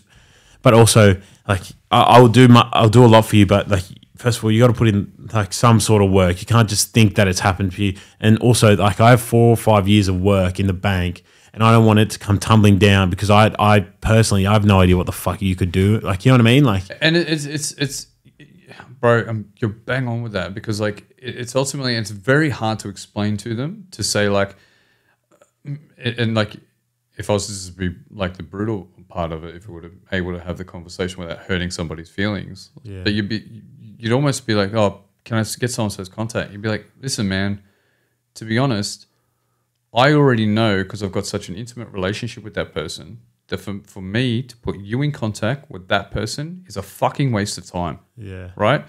Because you don't know them, right? So you're just going to blurt some shit out again to add value to yourself. You don't know them, so you don't even know the value you can add to them. You're just going to try and fucking sell some shit, right, to them that they may or may not take. And guess what? They're going to turn around to me and say, "Why the fuck did you put me in contact with this cunt?" Yeah. And then you're going to be like, "Oh, sorry, man, it's a mate." And then all of a sudden, your relationship, there's compromise, because then they're looking at you going like, "Is this what you take me for?" Yeah. You can just throw any old mate from hometown, right, to just fucking come and rip at me, right? When you and I both know that we've been talking for years. We know each other well. And I thought you knew me better than that, brother. Yeah. That you couldn't just throw old matey at me to just fucking have a scab. You know what I'm saying? But you can't. How the fuck are you supposed to explain that over the phone to your homies? Yeah. Be like, "Brother, you're a waste of time. Laters. Catch you at beers." You know what I mean? 100. It's hard. It's definitely hard. And like, I don't even blame the homies, because like they're your homies, right? So like, you know, they got mad love for you and they see you winning, and obviously, you know, they actually see you. This is what's fucked up. They're seeing you as an inspiration because you made these connects. So they want to be there with you. You know what I mean? Yeah. But sometimes as well, like because all the hard work is not seen for those relationships. It's all like emails, phone calls, lunches, dinners, you know, and calls out at times where people are happy with the comfort zone, right? Sometimes I'll be on the phone to homies at like 9, 10 o'clock at night, talking about what? Film clips, or fucking life, Yeah. right? How's your family? How's this? How's that? How's your mental, right? And all of a sudden, just like, yo, yeah, hey man, I need the hookup for old matey to give me such and such. Yeah. You know. Anyway, I completely agree. There's that's a good way of putting it. It's like if you fuck up, man, it comes back to me. It doesn't. They don't fucking know you. Like but they don't care. You don't lose. You got it. You're like win. You got or what nothing. you wanted. You're Yeah. win or nothing. Yeah, I'm win, but I'm probably lose. If it succeeds, it succeeds. But if we lose, I have a far bigger loss to have. yeah, and It's then hard to which portray that. in turn then actually fucks it up further for them because then there becomes disconnect and then you'll never have an opportunity. Yeah. I think that's the important thing about why things sometimes have to people have to trust in the process and letting things happen organically. Yeah. You know what I mean? Universe has Because- got a plan. Yeah, just stick to what you're doing, and then when the time is right, it fucking goes all the way back to the start of the convo, the take flight thing. Yeah. You know what I mean? I can't be looking at what Hayden's doing. I can't be looking at what Wings is doing. I got to look at him and be like, yo, brother, respect. Keep doing your thing. You're on point. You're fucking growing. I love that for you. Yeah. You know what I mean? I love to be involved, but I understand I can't just fucking call you, brother. Yeah. When you've been working your fucking ass off and be like, oh, you can't put me on your platform. You know what I mean? I've got to go, nah, if I do my right thing, he's the homie day in and day out. Yeah. And if we happen to cross paths and it lines up, then dope. And mind you, it was only a share, but it was an important one for me. Yeah. On like a new single, I have a question for you. Oh shit, here we go. I could see you ticking as well a little bit. For me, say this blows up, right? There's been a few guys that have promised to come on the podcast, and then there was one guy who's promised to come on the podcast. I've met him as well a few times in real life. And then in real life, you're like, yeah, I'll hop on. And then I'll message you and he's like, bro, you're out west, it's too far. Bear in mind, he lives in I know where he lives. Yeah, you pause for a second there. Bear in mind he lives in I'm not going to say where he lives. But Sure, anyway, yeah. yeah. It's close enough. Half an hour to 40 minutes. Okay, That's cool. nothing. So I've had guys travel 2 hours. that's rough. I had way. Mason Dane come from Newcastle. And the audio fucked up. Bro, big love to Mason Dane. Yeah, I don't know the cunt, but he looks sick to me. Love this human. Yeah. It's, how do I put it? People come in different personas and maybe enter a different personality when the mic's in front of them. Yeah, I know. But Fuck, every day on Instagram. Yeah. Anyway, keep going. But Mason is Mason. There was You no... feel it, but right? Yeah. Yeah. Mason just was I picked him up from the train station and Mason was just Mason. And he was and he shows you the videos of him and T-Pain, still the same guy, which is fucking cool. And you can see it, man, because you can just see the way he laughs and not yes, the laughs as well. The laughs, That's another the thing. giggles. Yeah. You can smile. It's all good, guys. Take a page out of Mason Dane's book, bro. Yeah. You can have a laugh. So this guy, and then he goes, yeah, he'll text me, and then he'll be like, nah, bro, it's too far out west, or whatever. Just say you don't want to come on. Half an hour drive's fuck all. And let's be real. And I drive fucking 40 minutes to get here. But I was thinking, and there's been other guys that have said they'll come on, and then they'll just snob messages. I had one guy pull out the day of and then never reply to a message ever after. And he lives Anyway, lives around. Around the way. And I always just wonder, I wonder if this platform blew up and got to a level where it's doing minimum 5 figures per show on both Spotify and YouTube. Maybe it's even doing 6, which would be crazy. The numbers don't matter because I won't change. I will change naturally through growth, but I won't change in that aspect. I won't. Yeah. There you go. Fuck the numbers. I'll do it if I got one video. Do it if I got 1 million. But I always wonder. I wonder what you think is I wonder how I would react if they came back around when they saw numbers and go, hey, bro, I want to hop on now. Yeah. Because I obviously had an appreciation for them to begin with, to want them on the show. I have a weird story about this where I was on the other side a little bit. Not completely. But I guess in answer to your question, I try to catch myself sometimes with about the judgment from others because I don't know what they're going through. Yeah. You know what I mean? And this is not an excuse wise, but also that's part of the work, right? Is changing and gradually growing your platform to where you want it to be so that you can leverage your platform to get who the fuck you want, right?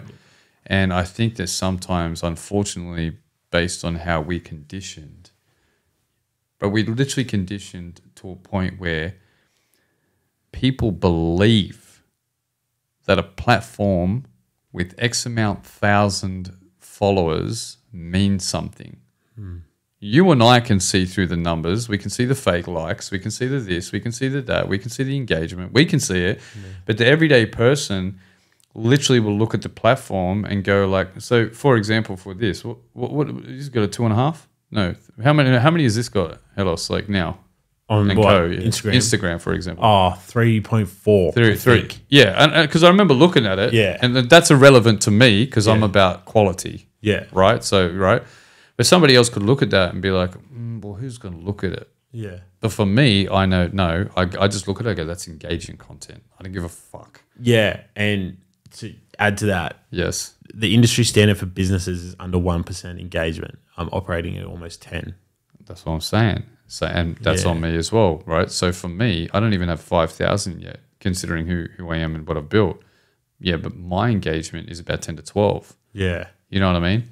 And That's so what matters. I tell people that all the time. It's that is what matters. your engagement. Your engagement is what matters. Like right now, I've been doing these reels, doing these anyway. I don't want to diverge too much, but like let me get back to, I guess, and then I'll get to my funny story because you'll laugh at me a little bit, I guess. But you know, for you, I think maybe it's about just remembering, you know, when they do come back around, you'll always have the opportunity to turn around and be like, hey man, remember when I wanted you before and you didn't want to? Yeah. Right? And that's not shade, but it's fucking good to be here. Yeah. That's a hectic power, bro. That's a beautiful way to put it. That's a hectic power to have your own self-peace, to be like, yo, I'm at a fucking point now where you're cool to come here. It's not too far out west. You know what I mean? Or it's not this. Both it's of them not still that. at the same spot. But it's still, yeah. And you know what? To be honest, it's fucking great. And you know what? That'll get your point across to them. It doesn't have to be on the camera. It doesn't have to be this, that, the other. You can say it to them personally and just be like, you know, but I'm fucking grateful that you're here, dude. Yeah. And then they can be like, oh, I sort of feel bad, but yeah, I am here. Yeah. All right, fuck it, let's get down to it, and then be your fucking self. You know what I mean? And then that's it's not you trying to get it back. It's almost you just showing that fucking gratitude for your own, you know, building. You know what I mean? Which I can already tell that you're already on that fucking vibe. You know what I mean? Thanks, man. I try to be. We're always just fucking trying, really, aren't we? But listen, That's all you can do. I'm going to tell you the funny one. Ready? Yeah, hit me. So it was to do with Godzilla podcast. For those listening, I just want to quickly, while I'm at it, because I have my notes here. Yeah. Godzilla podcast, some of the guests, I suppose a lot of my audience would know. Okay. Kobe D. I think Jody's one of the greatest fucking things to ever come out of Australian hip hop. I remember I used to deliver pizzas. I remember hearing it. That on my phone wasn't working that night, so my aux cord was fucked. So I was listening to Triple J while I was delivering pizzas. I remember hearing the bars are still live. Went straight onto SoundCloud, and I think I had to wait a few days for it. And then I remember going on the Facebook, and Facebook had popped like almost immediately. Yes. Back when Facebook was like where it was at. If you did well on Facebook, you fucking killed it. Yeah, that's right. And then I remember going to SoundCloud, and there it was, and fuck, it blew. But yeah, Kobe D is one of the first artists I talked to as well. That's a little bro. Will Singe, who I'll double back. He's someone who doesn't get appreciation. Pretty sure he's the most streamed Australian. Independent? Oh. No. I think like that song he's got with Jonas Blue is the most streamed song ever featuring an Australian. That might be fact, because I still hear that today get streamed. Like I think it's on 100 million. That's crazy. And Will Singe is from Parramatta, everyone. I'm pretty. No. Where's he from? Forestville. Oh, there you go. Fuck. Yeah. Forte, Howie, who's been on the pod. Shout out How. I messaged How before this pod as well to get some info on yourself. He said talk about illustration, so we will get to that. Okay. And of course, Nino Brown. Everyone knows that name. You may not know the face, but everyone knows. Yeah. But yeah, DJ Nino Brown. So there's some of the guests that were on Godzilla podcast. Yeah. Barker was on there too. I've got to give a shout out to Barker, man. There was so many of like my Earth Boy. Yeah, dude. There's so many guys that like Sesk and Luxury and shit. Yeah. Just guys I just grew up on, and they're just like, yeah, they're just the fucking guys, man. Yeah, I had Mad Pull, eh? Yeah. I still had Mad Pull as well. I had more people as well. Sorry. Had more people as well that was sort of flagged, but it was just the production part, man, it was hard. Because people travel to talk to me as well. Because the other thing a lot of people don't understand is I actually know a lot of these people very well. Yeah. Because of the relationships. You know what I mean? I'm sure Kobe wouldn't mind me saying this as well, but I'll give you an example. So people that don't know, I've got a single called Breathe. It's about alcoholism. Yeah. I drink now, but I was sober for 6 years because I actually went through a really turbulent time with alcohol in my life, and I've got a pretty rife history on my mum's side, who migrated here from Ireland when they were like quite, in their teens, which is a bit of a tough time for them. Yeah. But man, one of the most awesome because again, I'm here for people. I don't give a fuck about as much. Music is how I like get it out. But Kobe was. I've got to give a lot of props to Kobe for being the type of guy that can actually do this at his age. And I'm so glad he's on the trajectory that he is as just a young man, as a mentor for others, and just a fucking stand-up person for young Indigenous. Because when he was going through a bit of a tough time with alcohol, man, he actually, because I was quite vocal when I was not drinking about my sobriety and the effects that it had on prior relationships and had put me in a spot. And to be really honest, I'm always weary of my drinking, even now. Like I'm just, I'm not sitting here to get fucking blitzed. Like I don't mind having a drink, but like I always remember there was a time where like alcohol had control of me, and it's a fucking scary thing. And when I was quite vocal about it, I actually had Kobe reach out before a 2UP gig and actually say, hey man, you're going to be down there at the gig. I was like, yeah, bro, I'm coming down to see you, bro. And this is when Shantan was managing him. And I think right now it was sort of, relatively new. And he reached out to me, bro, and was just like, yo, I think I've got a problem with drinking. I just want to have a chat to you about it. Yeah. And, bro, so from then on, him and I spoke just a lot. It wasn't one of those, like, oh, bro, it wasn't like down. It was just always like, oh, I think I'm drinking for the wrong reasons and this, that, the other. And I always just touch base with him, give him a call every now and then. And, bro, one of the fucking best moments, man, I have to say was we did a 4E festival at Blacktown last year. I wasn't even there for it, but we were performing on the same lineup for this 4E festival. Kobe was up and he was one of the main acts because, he's a fucking G like that. And I went to put something in my car. I was racing there because I had to put it in because I had to run back for his set. And someone came up to me and was like, yo, man. He was like, Kobe just shouted you out for being like a pivotal part of his sobriety on the stage in front of everyone.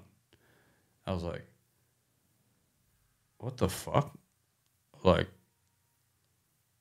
it just sort of goes to show, at the end of the day, you don't know the impact of what you're doing. It could be one person, could be a million people. It doesn't matter. Do you know what I mean? The sort of conversation that you have with someone.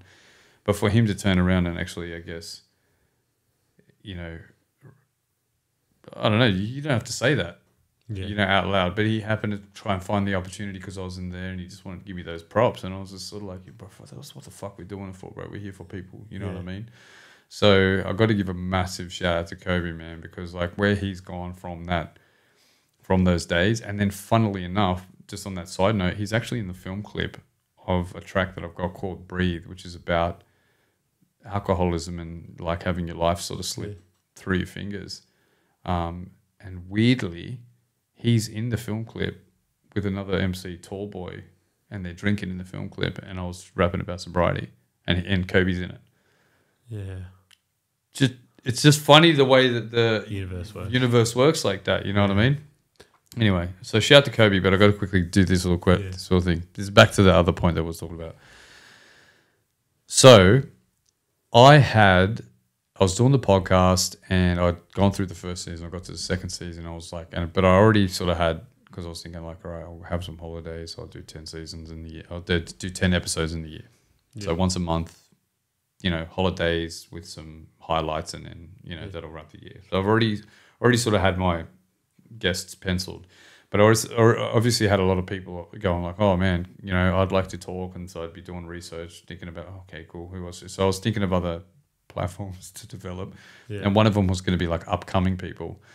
And I had fucking Masked Wolf hit me up before he did anything. And I'd already sort of known about him through things. Do you know what I mean? Like, you know, just... Yeah, the name would come up. I'm pretty in tune with a lot of young people. Like I know a lot of young cats that like a lot of people won't know. I know they're heavily skilled, or at least I know they're working. I'll know of them. So but he's not that he's young, but I had seen his name around, and he'd hit me up and gone like, "Hey man, I want to chat on. I would love to come on your podcast and talk." And I said, "Hey man, I'm sorry, but." And it was the same thing as you. I even said to you, I understand scheduling's a bit of a bitch because if you've already planned so far ahead, it's hard to fit people in, especially if you've only got limited nights or time. So I'd gone, hey man, I actually didn't say no to him. I just said, hey man, I've actually got my next like 6 or so months locked, but I'm also thinking of doing like maybe a side thing where I actually do new artists. So if you're interested in maybe that, let's do that. So anyway, fast forward and Astronaut in the Ocean, which funnily enough, big shout out to CERN Studios and Daniel down there. But one of my good mates shot Astronaut in the Ocean film clip down in Campsie on a green screen, right? Fuck. So it only got to 1 million plays, bro. And I reached out to him and I go, hey bro, congrats on cracking the mill, right? This might be a really good opportunity now to speak. Do you know what I mean? Because you've just hit a mill. That's not a lot, but it is a lot. You know, what I mean? You're on the cusp. It's a bit of a good turning point. Yeah. And he fucking said, "Speak to my manager." And I go, "Well," and bro, I'm just straight, bro. You know, like you can tell. I was just like, "Well, do you want to be on the podcast or not?" Yeah. Like this is on you, G. Because you can turn to your manager and say whether or not you want to be on it. I was like, "Do you want to be on the podcast?" He's like, "Yeah, but I've got to talk to you got to talk to my manager." I was like, "All right, bro. Well, then what's the email?" So I turned around, I pitched it to the manager, but the manager's going to look at my podcast on fucking X amount of views and be like, they're not looking at the quality, right? They're just looking at the numbers. I had that recently. Yeah, so they looked at it. They're not looking at the quality. They're not looking at the integrity. They're not looking at the depth of content coming out. They're just going like, this doesn't hit numbers.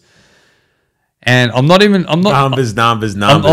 I'm not sad on it. But like the funniest thing was, it's like anybody that watches Godzilla podcast knows that I've obviously got a better connection and like I'm talking about better shit on it. You know, much like yourself. You know, I'm researching. I'm trying to think of perspective. Trying to see what makes people tick. You know what I mean? Stuff like that. So anyway, I was like, well, listen, man, if you don't value the content, whatever. Anyway, bro, the funniest thing was this cunt was on Jimmy Fallon. Yeah. Not like a month later. I'm like, oh, fuck, of course he doesn't want to be on fucking Godzilla podcast. This cunt has Jimmy Fallon lined up. Like, what the fuck? So I'm not even shady on it, but I just thought it was so funny that like I was sort of not as, obviously you understand, not as much to an extent, because when he's only just hit a mill and he's been relatively quiet before that, that's not really that much. It's still reachable.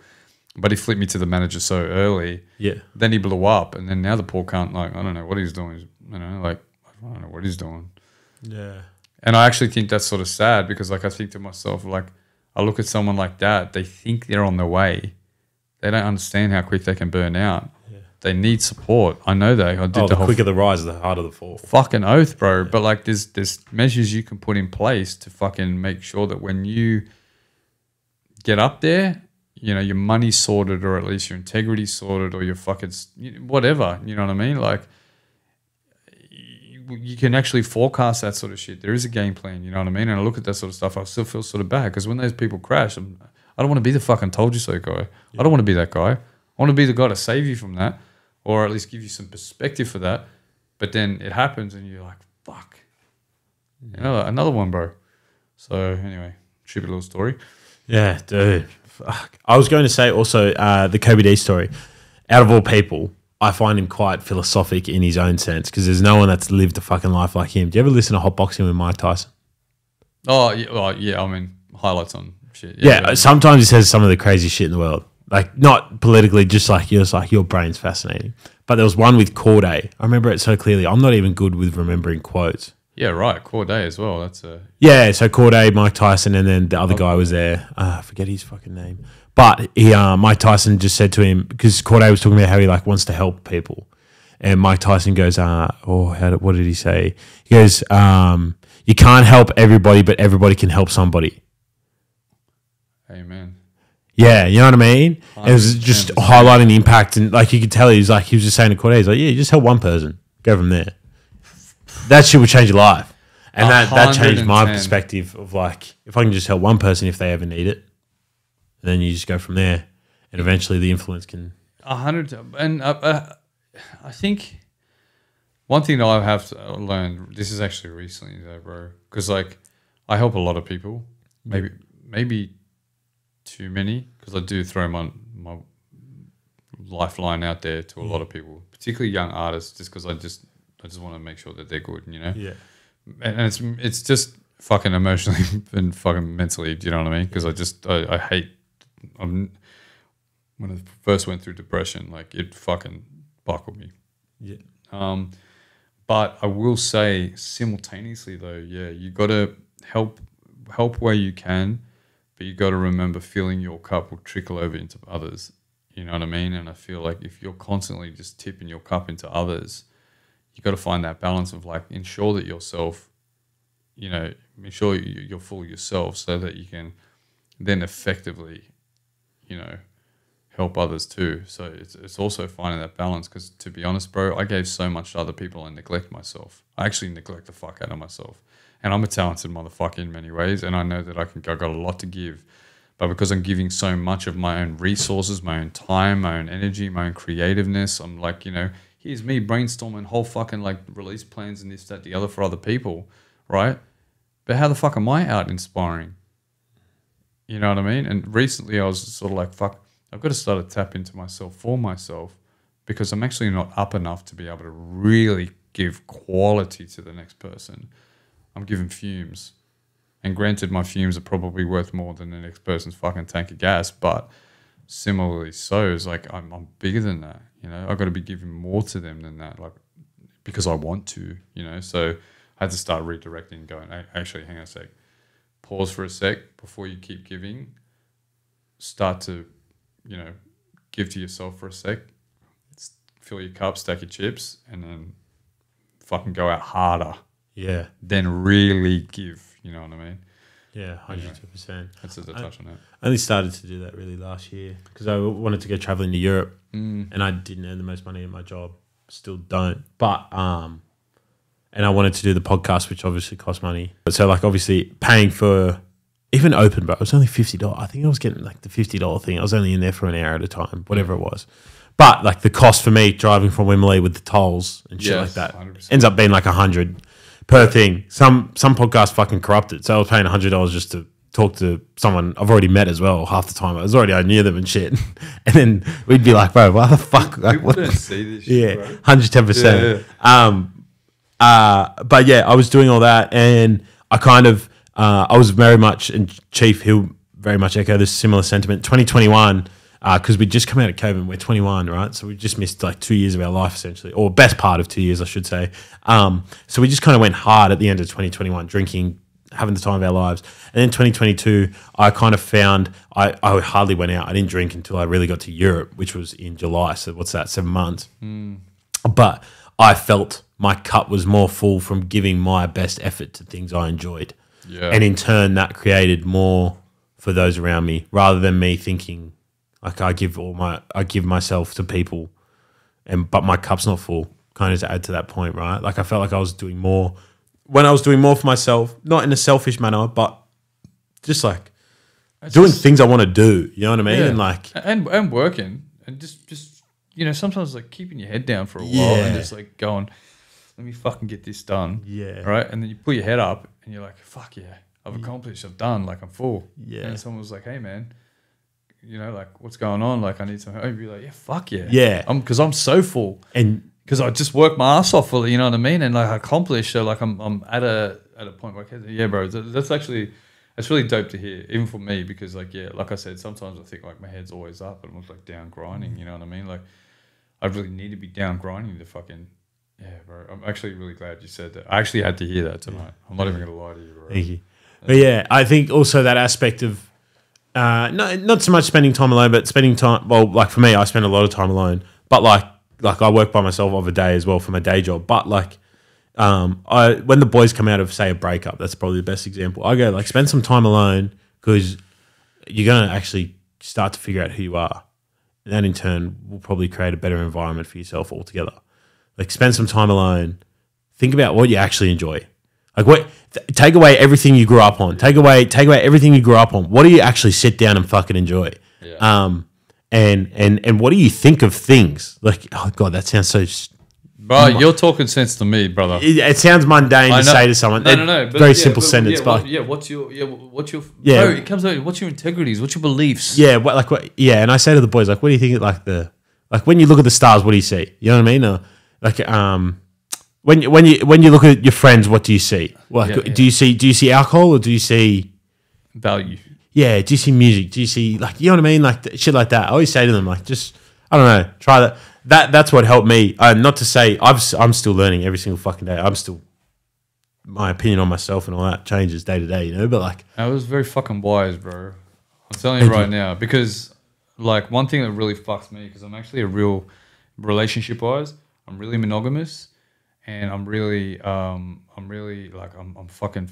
If I found my person, like I've really found my person, right? Yeah. So and I want to be with that person.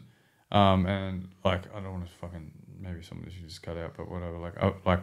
I split with my ex like last year, and bro, even still till today, she's like my fucking person. Yeah, like hardcore. And when you first break up, yeah, you lose yourself a little bit because you fixate your, attention. No, it's like they are, you lend too much to them being so much of your character or like who you are as a person that like, when they leave, you really feel as though something of you has come out. You know what I mean? And so it's sort of what you say to your boys is like, no, it's not that. You can love them as who they are entirely, but like you can't have them dictate or be so much of a part of you that you're buckled. You do have to start being by yourself, understanding again. Now, who are you, right? And what makes you tick? What is your, have that alone time to figure that out. You know what I mean? I really believe in that. It's fucking hard sometimes though, bro. I'll tell you what, bro. Like for me, I'm an emotional dude. You know what I mean? I'm actually like, I'm a masculine dude, but like I'm an emotional dude. You know what I mean? Like, and that's sometimes for best and worst. Like, I'm like, if I get aggressive, like my voice can be really loud and you know what I mean? Like, so I've got to be careful of that. But also simultaneously, bro, when I'm emotional, I'm a fucking sad G. Like I fucking kill fucking room moods. Really bad. Even when I don't think I know it. Like someone would be like, whoa, what's wrong? And I'm like, I think I'm giving off a good impression. They'd be like, nah, dude, you're flat as. And I'd be like, fuck, sorry. Like I got to try and, readjust, you know what I mean? Yeah. But yeah, bro, like I think that's another thing. And I actually I'll probably use this as a bit of a, I guess, segue just to very lightly touch or, whatever. Man, that's one thing that really I think was fucking tough when I first hit that depression, bro, is that fucking emotional part of men being fucking all good, say. Because I'm an emotional dude, G. Like when I fucking, like I just had a day the other day when like just shit into my last year, like with my ex and all this, that really hit me, bro. I was just fucking crying there, bro. I was just watching dumb shit on TikTok that was just like ticking me over and just being like fucking emotional, sad, just fucking like missing my missus, I get my little 4-year-old daughter just about to turn 4. I get her all the time because I got 4 kids, but like my second relationship who like love, we got a little daughter, and just even having her around in this, that really got me like mad emotional on it, you know what I mean? And here's me just sitting in my fucking room crying, but having to be okay with it. Not beat myself up and be like, fuck, bro, why are you crying? This day you shouldn't. But I'd be like, nah, bro, just have a fucking mad cry. Yeah. And I think that shit's got to be public, bro. Is just actually being okay with that aspect of the healing process. Because I think for men sometimes we feel like, oh, we're not supposed to be doing that to heal. supposed to be like manning up, supposed to be arcing up, supposed to be like hitting it head on, fucking busting through a wall, some like fucking Adonis shit. But it's not always about that. It's be like, nah, bro, you need to fucking chill, break the fuck down by yourself, allow it to happen, right? Not be ashamed of it, ashamed of that shit, and then rebuild that strength. Yeah. You know what I mean? Yeah. Like, I really fucking feel that's important, bro, because I see young cats as well, and I'm involved still with young people, and I still see they've got all that bravado and stuff like that, but I make a concerted effort to turn around and be like, yo, it's all G's to cry, bro. Yeah.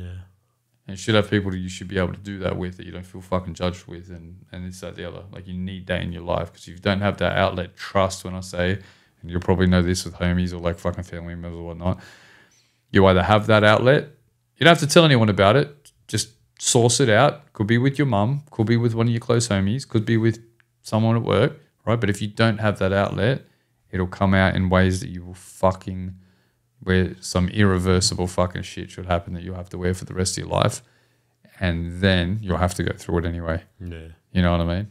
Fuck, I had to fucking touch on that shit. Yeah. To touch on that, when some of the boys, you can imagine in the younger ages, some of the breakups are rather messy they go through. Oh, yeah, for sure. Yeah. I mean, that doesn't change, to be real. But yeah. But, well, how you deal with it at a younger age maybe sometimes is a bit drastic, I suppose, right? Yeah, and probably pretty self-absorbed. A lot of people are like, a bit less measured. Yeah. But I often say, not just breakups, but say, God forbid, there's a death in and around, whatever it may be. And but especially when it comes to breakups, when people are just going, and even with deaths, when they say you've got like a young person passes away and they're completely healthy, and someone comes up to them and they go, they're in a better place. You just go, maybe not, maybe just be there for them and just not say anything. Same thing goes with breakups when people go, so say like the partner cheated. Whatever it could be, the partner cheated, and then you have those friends who have the best of intentions, but without the critical thinking, they just go, go get with their best friend or something.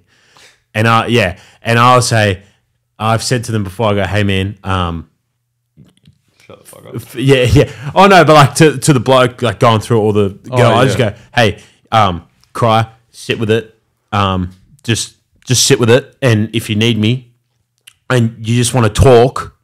And because I know exactly what you want to do. You just want to talk. You don't want people to fucking return conversation. It's not a tennis game. You don't want return serves. You just want someone to listen. And you want to vent until you feel like the words you've always wanted to say come out.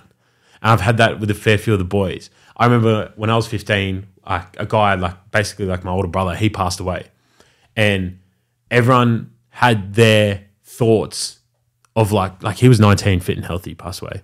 And people going to me, he's in a better place. Like, no, how can, first of all, how can you say that? And second of all, when I'm talking, can someone just not listen to me?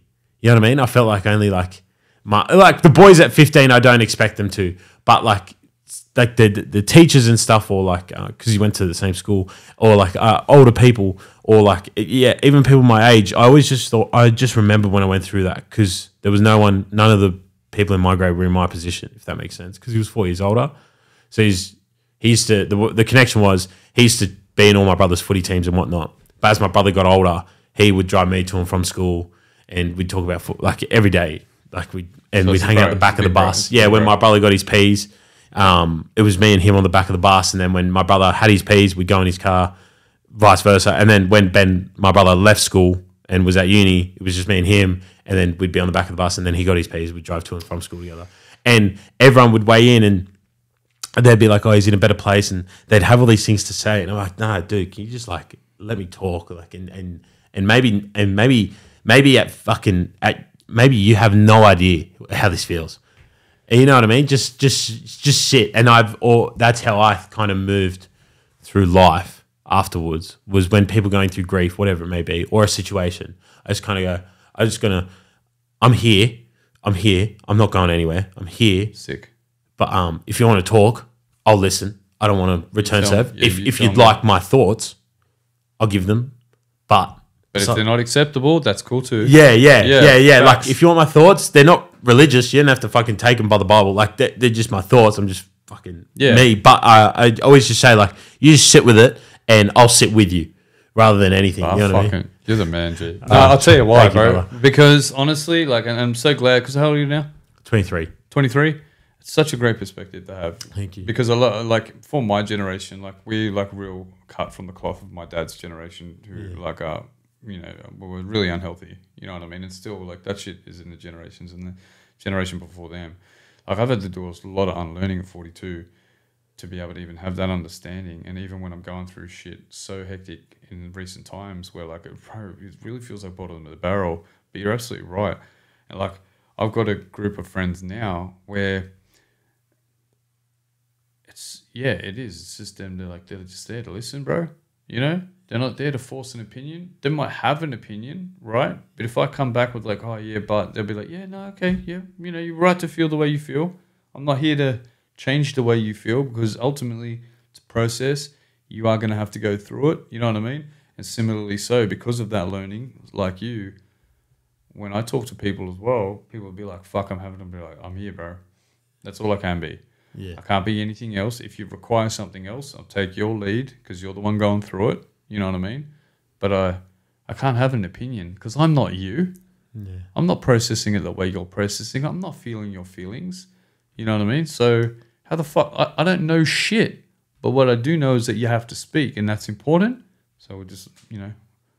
And I love when you said, I'm here. I'm not going anywhere. You know what I mean? You're formidable enough to be able to say like, no, I can fucking stick it out. If I've gained anything, it's just a strength to be able to shut the fuck up and listen and know that it's maybe not my place to say shit. Yeah. You know? And then when you get there, we can both celebrate because guess what? We both made it to the other side. I was by your side. You fucking got through it. Get to a place we can enjoy some fucking, you know, time and break bread. We both share the same energy on that topic and you fucking move on. You know what I mean? And then help the next. Yeah. Yeah, bro. Yeah, it's a beautiful, I think it's a good way to operate from everything I've learned and everything I've known. But I think it comes from that situation because It makes sense how you said it though.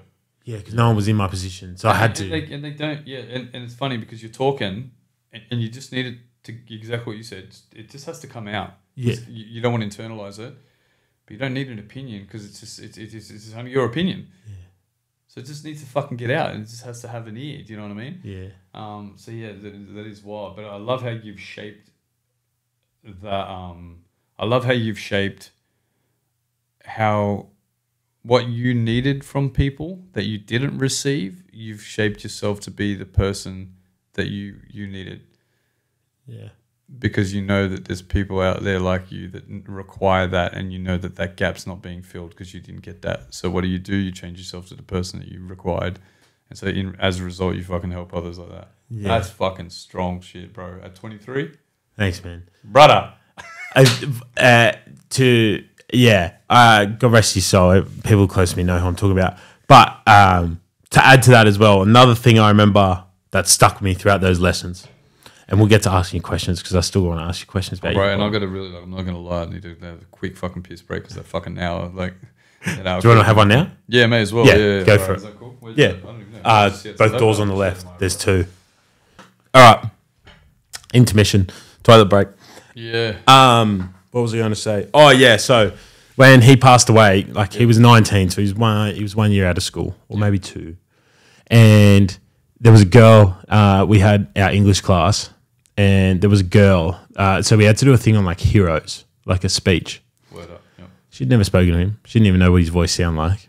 And bear in mind, she's like 50. I don't like this. I don't like hold this over her at any. And people deal with death like that could have been first death. Yeah, she knew nothing about him, and I was in the same class, and the hero speech was like 1 or 2 weeks after his death. Yeah, funeral's still being sorted. I'm still like, because we both supported Arsenal. That's what we bonded over the most. So like, I have an Arsenal jersey, like at the side at the time, and like all this shit. And I'm like fucking 15. Like, what the fuck do I know? Like, this has just shook my world, right? Yeah. And I've only really got like my father and mum to lean on in a sense. And I didn't really know the boy. The boys weren't really good about like they're 15 or 16. Yeah, wait, I'm 15. So yeah, they're 16 because I was a year younger. Yep. Like, they don't fucking know how to deal with that shit. So then they say to me, this girl in class goes, oh, I'm going to do a speech on like my brother who passed away, and I remember like I can't remember if I stormed out, but I just said like nah, like that's not it. Yeah, like I said, at this age, it's water under a bridge. It doesn't matter. But at that age, it was like you don't even know the sound of his voice. It's not your person to talk about, and you wouldn't do it if the worst thing in the fucking world didn't happen to him. Yep. And you're trying to use a fucking tragedy that shook this fucking school to its core to get a fucking A in English. And I remember I stood up and I walked out and I was like fucking about to cry. And a few of the boys who I didn't expect to got up and left as well.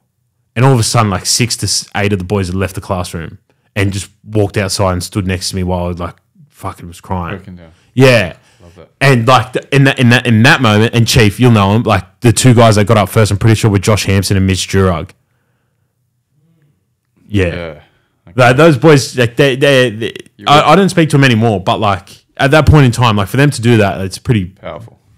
Yeah, I've never forgotten it, right? Like just right then.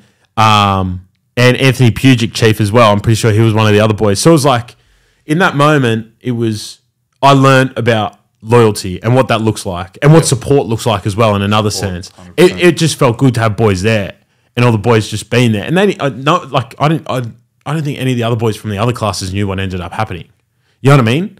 I'm pretty sure that was kept between like us without 15, 16. You didn't have to say anything. I didn't have to say a word. Yeah. And I learned in that moment as well from there, like loyalty and support can be silent. But if it's done with action, then it fucking will mean the world to someone, you know? I learned that in that moment. That's what I learned from that as well. That's great. You can tell, bro, by the way, even just the way you speak on it, dude. Fuck. Yeah. It's really good to hear. And I've tried to take that forward in life because, unfortunately, shit happens, whatever it may be, in so many different variables. Can't avoid it, bro. Yeah. You know, death is inevitable. Tragedy is inevitable. Yeah. Low parts of your life are inevitable, you know, but strength comes in not only the action of yourself, but the action of others 110%, bro. But that's a beautiful thing to find at that time because, you know, it took me a long time to find that. And, you know, truth be told as well, when I was younger, I don't know what it was about me, but I was always a glass half full guy. So silver lining. Like I'd always be like, yeah, but we can build and we can grow. And I still have an element of that. But I've still got like a tenacity that's like deep rooted. I think I get it from my father, like a no quit attitude. But simultaneously, like because I was always that glass half full guy, I couldn't truly appreciate what it was like to feel completely empty until I was completely empty myself. Yeah. And then when I was completely empty, I didn't even know how to function, bro. And mind you, I was like 30, early 30s when that hit me. And so now, like even with this like split and stuff, like although it's really rocked me and it still does, like to this day, like I think about, you know, shoulda, coulda, wouldas all the time, you know, but I also think about like, all right, cool, well, what's the bigger purpose? What's the bigger plan? This is the load that I have to feel, you know what I mean? And what elements or people do I have around me and how do I act and how do they act and what action do they bring to ensure that I'm okay and how do I recognize it? Because it's so funny, like, you know, you say that stuff happened, but it probably wasn't until in retrospect or like, you know, you wouldn't have thought about it in the moment, but you think about it later, you're like, fuck, what those boys did was hectic. Yeah. And I needed it and I need to learn that. And I need to learn that at the time. And although it was like profound and powerful in the moment, I probably didn't appreciate how powerful it was until like later on. That's ingrained in the back of my brain of holding importance. And so then I act accordingly with others, you know what I mean? Yeah. And that's big. I remember it was a few weeks later. And I remember, it would have been a few months later. We played AFL and there was a guy on our team no one liked. No one liked. He was good, but no one liked him. And he got into a scuffle. I fucking couldn't stand him. And the boys who played AFL know who I'm talking about. And I couldn't stand him. Yeah. But he got like dog shotted essentially. Yeah. Like in the middle of this ruck. Do you ever play AFL? No. So you know like the middle when like the two ruckmen go up, the ball hits the ground. It can be like a shit show for like a minute or two. And then guys just diving on the ball trying to get it out. Guys holding the ball in so you gain field position. And I remember he got like dog shotted. And as much as like sometimes he'd cop a hit and I'd go, fuck whatever, man, happens, get up. Shit, yeah. It's part of the game. But I remember jumping in and thinking like, and just like starting a massive brawl. And I remember, I remember reflecting on that, and that was like coming back to that first one. That was like when the boys backed me in English. It was like, this guy, like, he wears the same colours as me. I know it's sport, it's very novel, but like, just that lesson of fucking support. And like, he knew I didn't like him as well. Like, I was captain, and I fucking would braid him like a fair bit. But like, but like, even he came up to me and asked me, he's like, I really, like, thanks, man. Like, I didn't think anyone was going to back me, and like, I didn't think anyone was going to like. That's why you're the captain. And then all of a sudden, the whole team's there, like in an all-in brawl for him. You know, like multiple suspensions and stuff like that. And that changes, and that shifts. And that changed him. Like 110%. He changed as a player from that day. Chief, I'll tell you the name after. You'll know who it is. But like, yeah, like he changed as a player from that day. Became like this complete team person. Oh, fuck, I love that, bro. Yeah. What an impact. Yeah, it's crazy. Yeah, man. But look, we're going to lighten it up a bit because it's also 10:15 p.m. on a Wednesday night. It's the 20th of December. I really appreciate you being here so close to Christmas. Bro, honestly though, I really appreciate you taking the time because I know, like, you know, when I reached out, I was just like, listen, I want to be here. You know what I mean? Doesn't matter if it happens now or later. And you're so fucking dope about being like, fuck, man, like, yeah, I could probably squeeze it in here if it's cool with you, blah, blah, blah. Like, you know, and ever since I showed appreciation for what you're doing as well, like, you know, you've always been fucking open. But simultaneously, I know sometimes shit doesn't tee up. Yeah. You know, it's a two-way street. I'm pretty realistic with that sort of shit because I've run a podcast as well. So I'm sort of like, you know, but for you having me here as well, man, and talk about some fucking dope shit that I'm literally going to walk away with some fucking, just some gems, you know what I mean? Like, awesome. I love that shit, bro. But in saying that, before, I probably haven't mentioned this yet. Maybe I did at the start of the pod. Maybe I did when I first sat down. I was a Lee Monro fan before I walked into this room. Before he reached out, I watched Godzilla because I remember it was Godzilla and Filter Zine or Zone. What was it called? Kev's one, Filter Zine. Oh, Filter Zine. Yes, that's what those two inspired. Any hip hop guest you see, main inspirations for Helos and Homies, hand on heart, honestly. Oh, really? Yeah. Really? Because that's what I used to watch, man. When I was like 18, 19, coming into the idea of how to diversify the business. Yeah. Those were the two I watched before I started Helos and Homies. And it was also my way of getting into the hip-hop industry. Fuck, that's wow, bro. And I'm so glad that you tapped in because, like, not to, you know, like, I know what I was doing was important. Yeah. Because my whole thing is I'm really engaged in and inspired by youth. You know what I mean? Like, even what you do, like I love watching it. I love just your fucking dope setups. I love your just the whole thought process behind it. I really appreciate the creativity of it, you know what I mean? And although a lot of this is logistical, I still feel as though there's an art to it, you know? But for me, that's really dope to hear. But the whole reason why I did Godzilla was I really wanted to be a bridge between old and new, you know what I mean? About homage to guys that have really paved ways that probably don't get a real opportunity to speak about their history, the importance of what they've done, but simultaneously the impact of young guys that are coming up that I feel still, and I guess it goes back to that ethos of true wealth, right? Wealth of heart, wealth of mind. They're really moving with that, you know, growth mentality. So to feel, to know that, you know, you were taking from that's perfect for me because I'm like, yo, that's exactly the type of impact that I wanted to have. Because, bro, you know, we all get on at some stage, you know. Yeah. We all can't carry the torch forever, but if we can contribute to something that's going to be greater and help progress, you know what I mean? Because this is essential, this sort of shit. It's so essential. And we both agree. The Americans do it best, right? Yeah. They created the best. They bring the fans closer to the whoever the best, but who's the facilitator? No one, you know, and I thought to myself, like, I'm the artist, but I could shut the fuck up for a second. You're the business owner, but you can shut the fuck up for a second and go like, no, what is it that you fucking do, bro? Where's your mentality? And I can tell as well with you genuinely want to know. Yeah, thank you. You do. Yeah.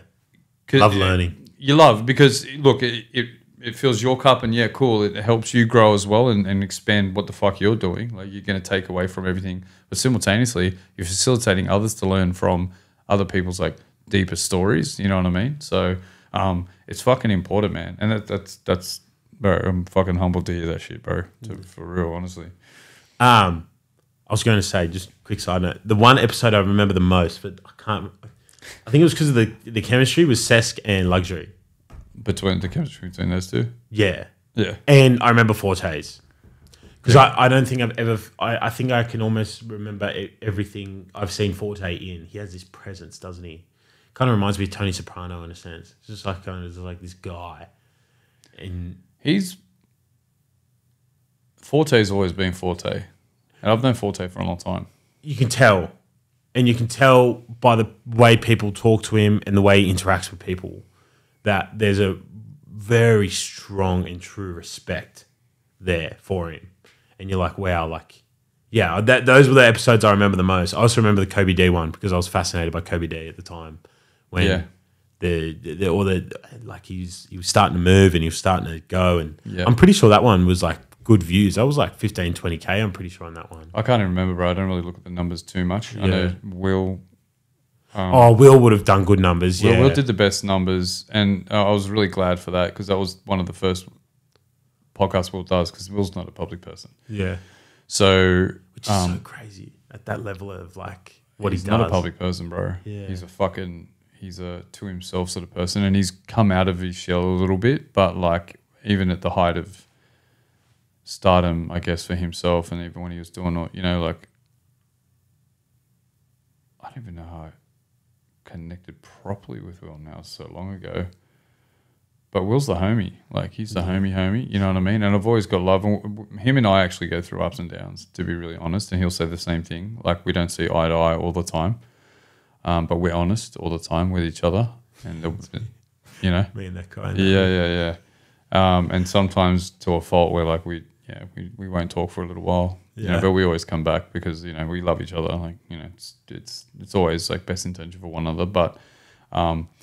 But yeah, but even all the other boys as well, like I know them well enough that, you know, even Forte, like the thing I love about the dynamic, I guess, between Forte and I for our stuff is that we've known each other so long that, particularly in rap, because how I met him was through Anecdote. Do you remember Anecdote? You might not know Anecdote. So back in the day, Anecdote was like our best export for battle rap. Oh, sick. It was him and 360. Yeah, 360 obviously know of. Yeah. Anecdote, okay. So Anecdote, go back and look at Anecdote. So Anecdote was like he won the Channel V Aussie freaking hip hop battle. That's sick. Yeah, right. So, and 360 and Anecdote were like our top representatives globally, and they'd fly to do all the fucking Got Beef and the international. So they'd go to the States and do all the big international shit. But Forte used to always hang around with Anecdote. And Forte was just like in the background a lot of the time, just like working on his craft. And then he found his lane. And Forte's always been a hustler, bro, from day dot. But the thing I love about him, and not a lot of people know this, but Forte actually featured on the Figgkidd shit.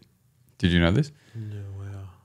So there's actually a freestyle session. It's like the B-side to my single where it was just literally a 15-minute freestyle where we all just kicked like free verses and whatever. And Forte actually came to the studio session in Glebe and he was like, oh yeah, I've got a verse, but he dissed me in the verse. Kind of like how Kendrick dissed Big Sean on Control. Yeah, and he actually even says, he's like, yeah, but I've got a line about you in it. I was like, yeah, if I run it, bro.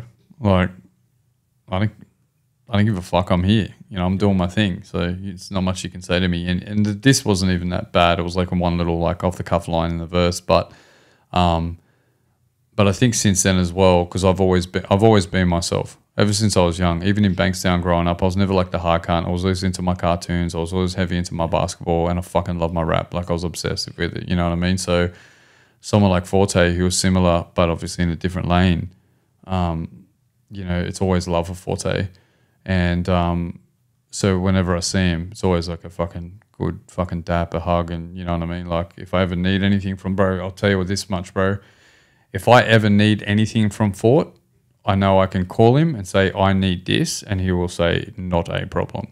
Yeah. The cunt won't even, that's one thing for him as well. He's day one's G, like, and I wouldn't even consider myself in his close circle. Like his close circle is quite tight, like his homies. but he's a real one in the fact that like if you've got his respect and you've shown him his respect and you've given him the credit that he's fucking due because he's worked his ass off for it, like he's got you, bro. And and that's the other thing. He doesn't give a fuck. He's himself so much. There's nothing that can tarnish Forte's name. Yeah. You know what I mean? He's that fucking guy. So if that means he can pull someone like me in and be on a track with me or be on a show with me or whatever, like he'll be like, yeah, I'll fuck with him. I don't give a fuck what backlash or fucking flack or someone might say this, that. He doesn't give a fuck. He's like, because I'm Forte and that's my homie. Yeah. That's it. Full stop. Say something. And you know, no one's saying some fucking shit to Forte, bro. You know what I mean? Right. Yeah, 110%. And I love it. I love him for that, bro. But yeah, but besides all that, as an artist as well, I used to listen to you. Also, I saw you're friends with Bo. G'd up. Yeah. Yeah, I just went to his wedding. Yeah. Yeah.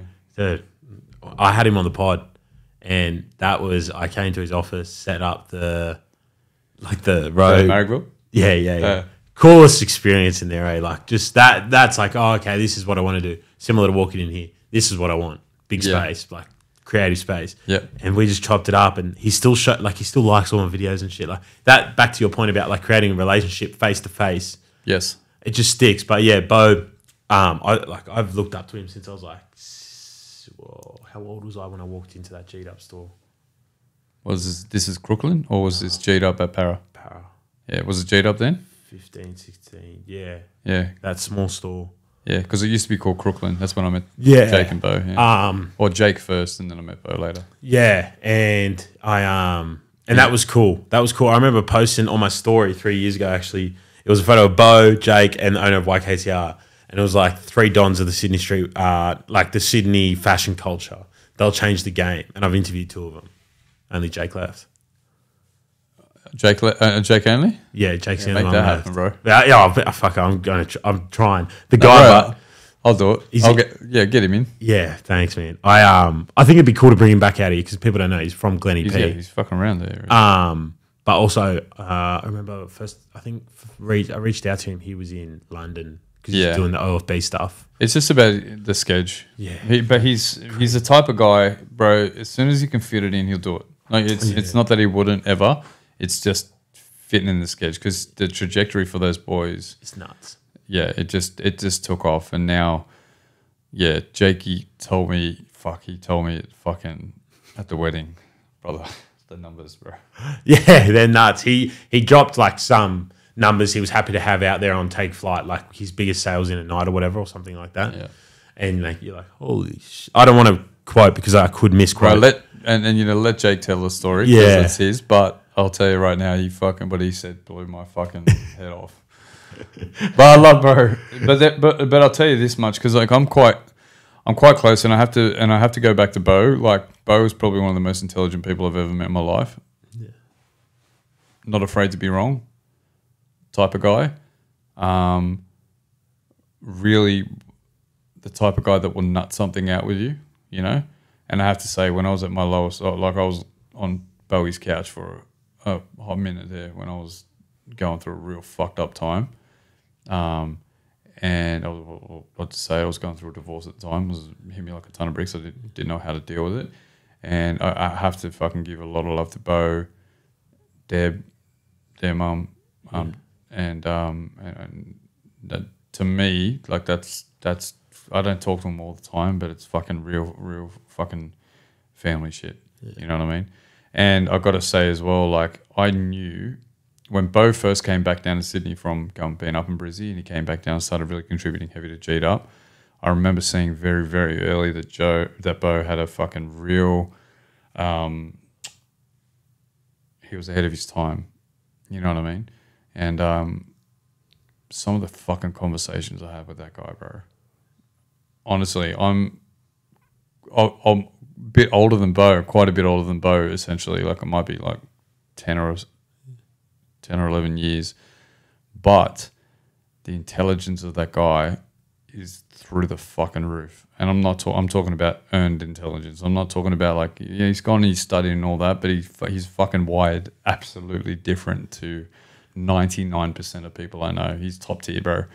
And same with Jake. Jake's earned it a different way, but Jake similarly so. Like both of those guys are.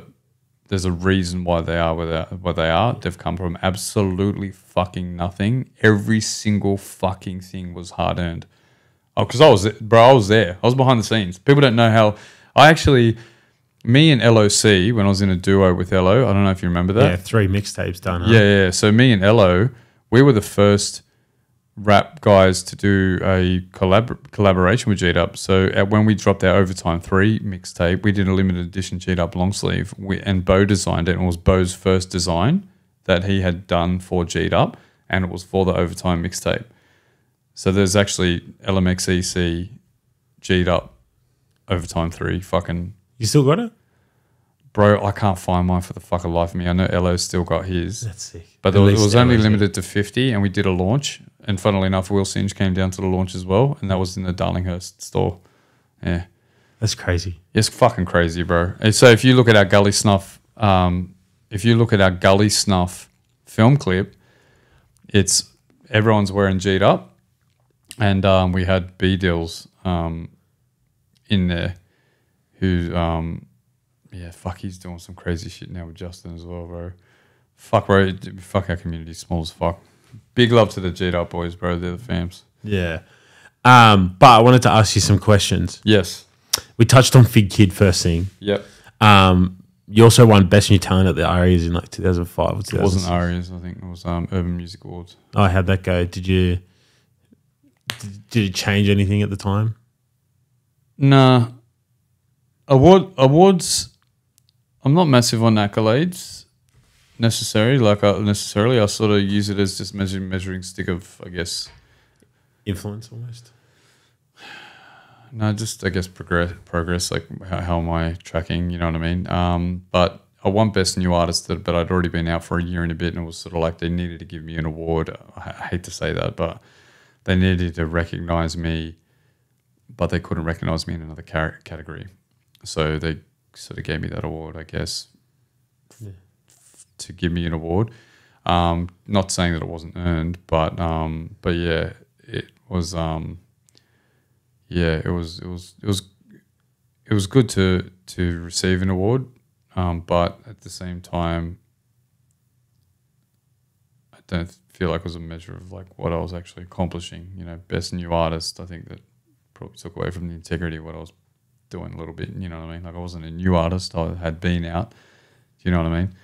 So yeah, so no shade to the award. I appreciated it, but you know, I think I was contributing more than just being the best fresh face. You know what I mean? At the time. Now, Here we go. We've kind of covered everything in a roundabout way. But we want to be direct about some of these answers. Yeah. I just want to say this is how I wrote down, because we'll get to Nuances, your latest release, which I love. But I wrote this in my notes. I wrote this just under 24 hours ago. I wrote this at 12 a.m. last night. Best way to describe your music, I feel, would be the articulate manner in which you address vital issues and important topics to yourself in a format that allows the listener to do two things simultaneously. Enjoy the vibe, but also appreciate the lyricism. Word up. Would you say that's kind of... Yeah, man, 110%. Like, I'm musical at heart. Like, a lot of people don't know that I sang before I ever rapped, you know what I mean? So I was, like, heavy into R&B and stuff. I used to be in a quartet with 3 other chicks. And when I was younger, we used to win, you know, the school talent shit. And, like, everyone would rock up and be in bands and, like, full do these things. And we'd rock up with their backpacks and just sing a cappellas and just win. So I was always musical. But for me, how I actually write, my writing process that I won't go too hard into, but the beat always dictates the emotion. So West Side Gun's good at that. Yes. In his own manner, but the beat always kind of dictates where he'll go. Facts. And I barely write free verses, to be honest. Yeah. I'm not one to sit there and be like, oh, I got bars. Like, you know what I mean? Every now and then I will, you know what I mean? Speak Less, funnily enough, if anyone listens to Speak Less, that was actually written as a Bars of Steel, right? But I really was happy with the content of it. You know, it was actually a bit of an apology track, especially the first verse to LOC on our the breaking down of our relationship, because I love Elo, you know what I mean? But we didn't see eye to eye for a while, and so holding responsibility for my part, you know what I mean? At the end of the first verse, it said, even after apologies, brother, I feel awful, because my mental had to be reset, and my responsibilities, even though I was depressed, took me a short break, even after the recess. Anyway, I can't, just off the top of my head, I'm not remembering it. But that apology to him, initially I wrote as a bars of steel, and was actually, in my mind, I thought it was to be delivered really, almost like aggressively. But then I heard music that totally changed the way the lyrics would come out and then be perceived. And then, so when Speak Less came out, I remember the impact that, it wasn't massive, but if anyone ever listens to that track, it's fuck, that's a track, bro. Like, and like all my peers were like, bro, this is a crazy track, like, you know what I mean? And I just remember thinking to myself, yeah, fuck, man, the music really dictates where the emotion goes with my music. So back to your point, yeah, I think that the vibe is definitely important musically for me first, and then that will dictate where I take it, emotionally, you know what I mean? And whether it be like hyped up, bit tongue-in-cheek, or more often than not, a lot of my stuff is based on, emotion, so that it doesn't have to be crazy lyrical, but it invokes something in you. I've had people come up and be like, yo, bro, you had me crying in the middle of the set. Yeah. And cool. For me, I'm like, okay, that's what I want. You know what I mean? Yeah. Especially that track. If you ever listen to a track, Free by me, Free is one of those tracks where it's like, it's not crazy lyrical, bro. It's literally just very matter of fact, and I can be lyrical when I need to be, but sometimes I don't think you need that. Yeah. Just need to speak on a real level. Do you know what I mean? And yeah, so yeah, that's bro, you nailed it. The vibe definitely has to be there, but the vibe dictates the lyrics. You know what I mean? And the lyrics have to have a motive. And where would you say Nuances came from? In what type of, where did that song come from? Because it was your return as well. It's like, what, 10 months away? Yeah, ish. You know what I mean? I think I'd released something that I just recorded on my Lappy called Theme Song, which is again a little bit of a motive driven thing. But man, Nuances, to be honest, yeah, I don't even know where it really came from. Again, like I have a lot, bro. If I have my laptop here, I've got like tracks on tracks on tracks. A lot of them as a creative, like I've got a verse and it's nothing, or a verse and a hook and it's nothing. I've got whole completed songs, fucking verse, 2 verses, bridge, fucking 3 hooks. Then I've got freestyle, 1 verse. I've got everything in there. But then it just comes to a point where I'm like, cool, like what is the best mix of exactly what you said before, of like creating a vibe and also having something to say. And I was blessed with the bro Poetik resonating with that track enough that he got the verse back. And then so I was just like, I want to come out with something, one of my homies that's, solid, that I'm really happy, like I want people to hear ultimately, So I've actually got a lot of stuff that is probably like Nuances, but it's not complete. Yeah. That was the first one of a couple that I've got in the bank now that have that are complete, that invoke emotion, Yeah. That's sick. I love to hear that. How did you feel releasing Nuances, kind of returning? What was it? What was going through your head? I'm probably a bit desensitized to the logistical aspect of it. Again, it's not about, for me, when I get to the business standpoint of it, which is the release thing, I just try to not get too detached from the track and always think about why I did it in the first place. So I can always make sure that I perform it with emotion, which is really important to me, man. If I'm performing something half-assed, then yeah, what are we talking about? What are we talking about? Yeah. So I always try to tap in and enjoy my music. But releasing it, to be honest, as well, given the path that I have ahead for the next year, yeah, positive, bro. I'm fucking glad to have something out. I'm glad that it's getting the traction that it is with the right people and people seeing it for what it is. Like, I've got people commenting on the visuals, which is a big collaboration. I saw that. They were awesome. Were they handheld? Yeah, it was. It was. I fucking love handheld. It's the best. Well, yeah, and we had a certain filter on there, and color grade came out nice as well. well, the color grade was actually hardly shit. It was the lens. It was a like this dream lens.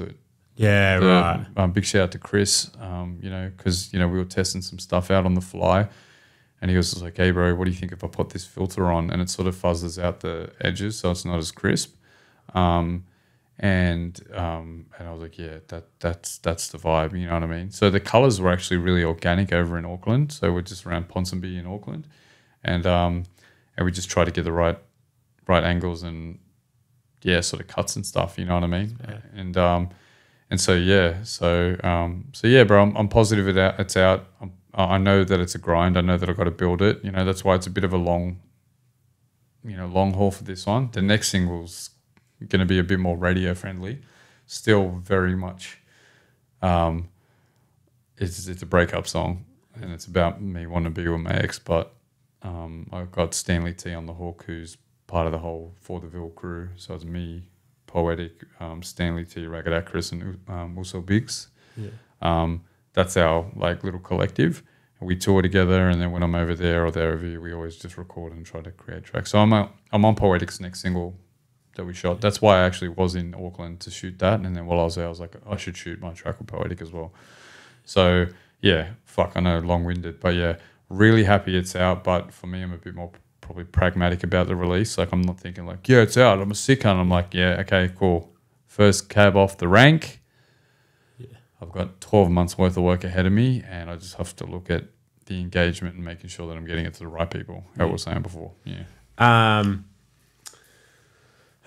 Was there any Australian artists, now that you can answer these quickfire, you can take your time, whatever you feel. Was there any Australian artist that stopped making music that you wish continued? I'll go first. Alex Jones. Fuck, he's good, eh? It's probably the best ever, in my opinion. He could have been the best ever. Yeah. There's a lot of stuff that I don't think he tapped into as well. You know what I mean? Because as artists grow, they become... That's what I mean. Like, what he did tap into, he fucking was the best at it. Yeah. Like, 100%.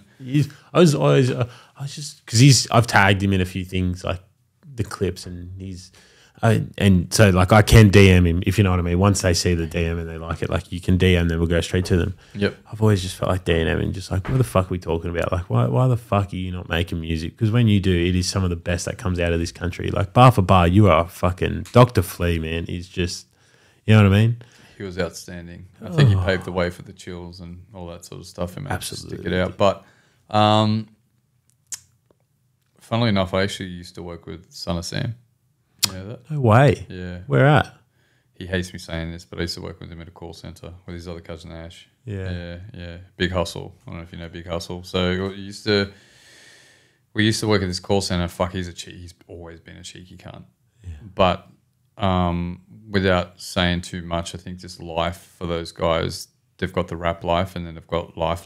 And I know the life, it makes it very difficult for them to really maintain, I think, that hip hop stuff, you know, because essentially, like, there's only a handful of guys that can really nut out the logistics, because the logistics are hard, bro. Yeah. You know what I mean? So, it's just one of those things. Those talents can't sustain because this fucking the life logistics doesn't make it easy for them. You know what I mean? And ultimately, I hate to say this, but sometimes, let's just say somebody steps in and be like, fuck, bro, you're the talent. I want to manage that. They make it hard on the manager to actually get them from a logistical standpoint to get up. You know what I mean? And managing artists is not easy, you know. But fuck, that's a hard question for me, man. For artists, is there an artist specifically that I wish was still doing it?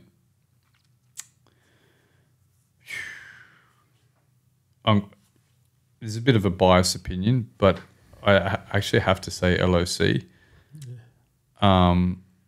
There's a reason why I resonated with LOC in the first place, and why my first thing outside of Figgkidd was Lee Monro and LOC. I did a couple of little tracks, but LOC brought me back to life as far as being an MC. Yeah. And just spitting real shit. Didn't have to be super lyrical all the time. He could bar the fuck out, but he had this humbleness about him. And I remember him doing a No Name Fame. The thing that got me into him was he had done a track called No Name Fame. It was literally about him fucking working the docks at like Dave Jones or some shit and just fucking plugging along every day, You know what I mean? But because it was just so real and he flowed real nice, he got me into it. I say that one though through a little bit of gritted teeth because I know why he's not doing it, and I respect it and I appreciate it. You know what I mean? So there's that. But now that I say that name, LOC, there is one other person that I wish was fucking still doing it, and it's Empress MC. Yeah, mad. Or Nina Nicole, how she's known now. Again, because I know these guys personally, like, I get it. But, man. And I'll tell you why Empress as well, because me, Elo, and Empress went to the States. So I organised the show for us over in DC. We went to LA, DC, and we held it down in the States, man. We did a show over there, and the fucking States loved Nicole. Yeah. Like, loved her. Could not get enough. And we only did one show in DC, bro, and they were fucking feeding, like, they were loving it. So she really could have done some shit. Yeah. So Empress MC. And I don't say that from, because I'm, you know, not even guy, girl, like, just as a fucking MC. She's a weapon. You listen back to any of her tracks, you listen to that Triple J Bars of Steel that she did with Motley. Yeah. So again, I understand. I probably know too much, and so I get why they can't. But simultaneously, I'm like, I understand the importance as well of their art being out, and so I just wish I was still going. Yeah. Yeah. So hopefully, I just hope they still do come back out. Yeah, in due time. Mental health is a fucker, bro. Yeah. You know? I can't say much because I tap in with these artists, much like you would as well. Like, I tap in and be like, how are you? And then they tell me what's going on, and I'm like, fuck, I get it. Yeah. But simultaneously, the artist in me that knows that it's important that information is, if we could somehow get that on the track, and not for glory, not for the stats, not for the growth, for the importance that one person might hear it and you will fucking change their life, because the way you articulate it is fucking profound. That's coming from me as a fucking dope artist to you as a fucking dope artist. You can change people's lives with what you say. That's the only reason I want you out. Yeah. I don't give a fuck if it's 1 or 1 million. So that's why I say about those guys, you know? Yeah. 100. I was close with CG Fez, and he... word. Yeah. And how had Fez on? Yeah. But Fez left music. So that always burns me when people have asked me that question. And you know why they've left, and you can't say... as a homie... Yeah. It's like not my place to talk about it. But yeah, no way he left music. Full respect. But yeah, just sucks because you're like, wow, you made, especially Fez, man, he actually made some of the most profound shit in an era where it was drill and it was just raw and gritty. He made it raw and gritty and emotional, which was something else. That was hard to do at that time. And I fucking, bro, the emotional shit. Yeah. I love that Not shit. enough people have the fuck, bro. If I'm talking about, like, let's talk about some gangster shit. But on an emotional level. If you're on, no, I'm saying, like, you're a real G if you can put the emotion on the track. By my standards. Like, anybody can rap about what's popping, and, you know, especially when the whole drill shit popped off. Yeah, cool. Stab, bash, this, that. Yeah, cool, bro. I grew up in Bakersfield. I get it.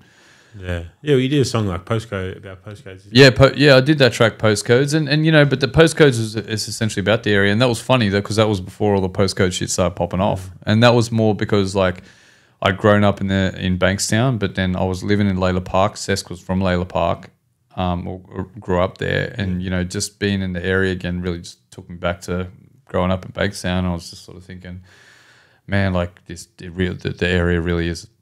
It really is a thing, and when you're in it, you probably don't see it as much. But then when you look at it from outside in, you know what I mean? You get it. But I think that the real G shit is when you can put your heart on the track, man, and not be afraid of the consequences. Be vulnerable. Yes, fucking vulnerable. Yeah. I'm a big believer. If like you put something out of the universe, it probably is going to come back around in some way, shape, or form. It's happened to me many a times. I bet. Which artist would you love to have as a feature on some of your unreleased stuff? Oh, my unreleased stuff? Yeah, or just in the future. It doesn't have to be whatever's unreleased. Dream big, man. You can say whoever you want. No, I know who it is. Yeah. But I just want to give a little bit of context. I hate that Hilltop Hills got him first and that only people can get him on. No. Fuck. No. I thought that was a good shout too. I fucking got so cocky then. Ready? Pharaoh Monch. Don't know. Don't know. It's all right. Where's he from? You could, Queens. Yeah. Queens, New York. He's my hands down. I got a 1 and 2 favorite MCs. I don't know if that's a question there, but I've got a 1 and 2 favorite MCs. Pharaoh Monch is number 1, and Redman. So they're my 2 all times, right? But Pharaoh Monch, the reason why I like Pharaoh Monch is that you know who he is. He's the one that did that. Simon Says, "Get the fuck up." Dun, dun, dun, dun. Yeah. So what happened, That's bro? Nuts. Yeah. So Pharaoh Monch actually, that track Simon Says actually sampled Godzilla, and he got fucking pumped for the royalties, and they absolutely fucking screwed him.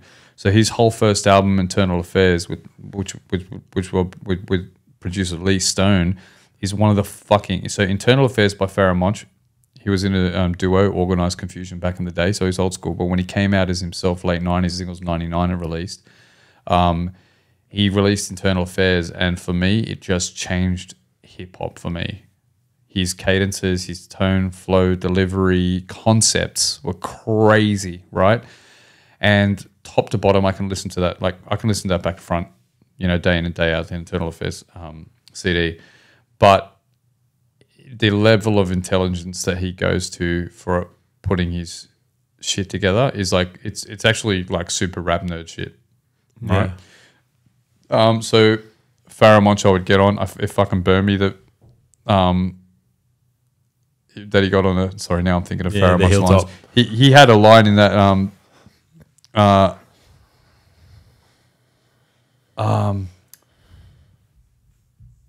my sweet 16s defeat your final fours like March Madness. I wonder how people come up with this shit sometimes. I really fucking do, you know. But yeah, so yeah, Pharaoh Monch without doubt, hands down. If you didn't listen to him, and I really want to quickly say, when he got fucked with that Godzilla thing, his whole second album he performed and did with a live band called Free, right?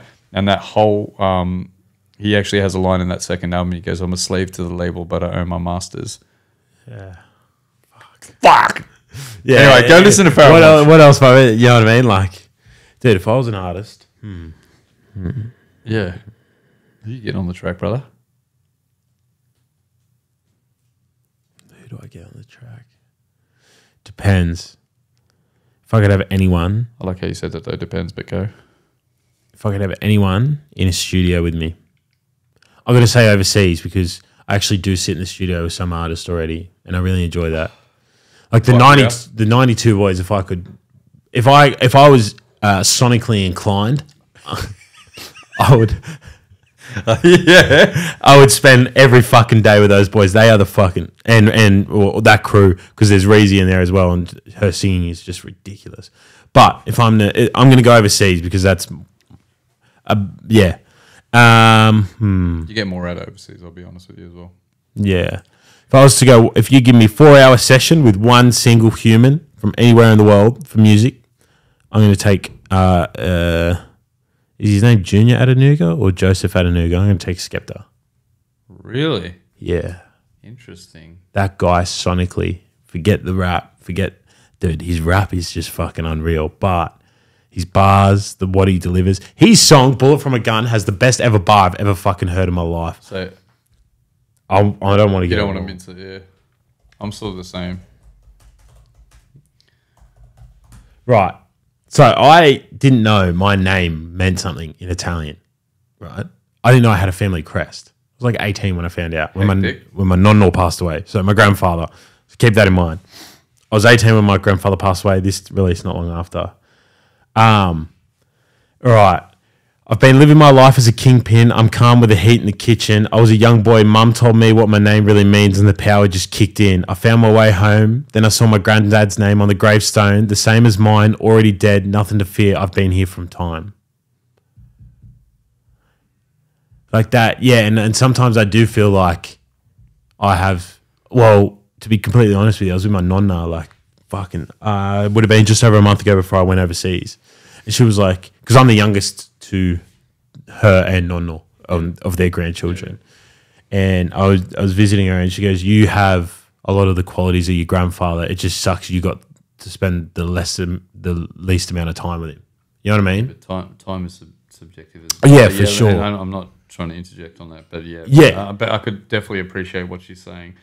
But you also almost think that, but what's the quality of the time? Yeah, but the other thing was he had dementia from like the age of like when I was like 13 or 14, right? So I think what she was kind of getting at is like what you could comprehend with him.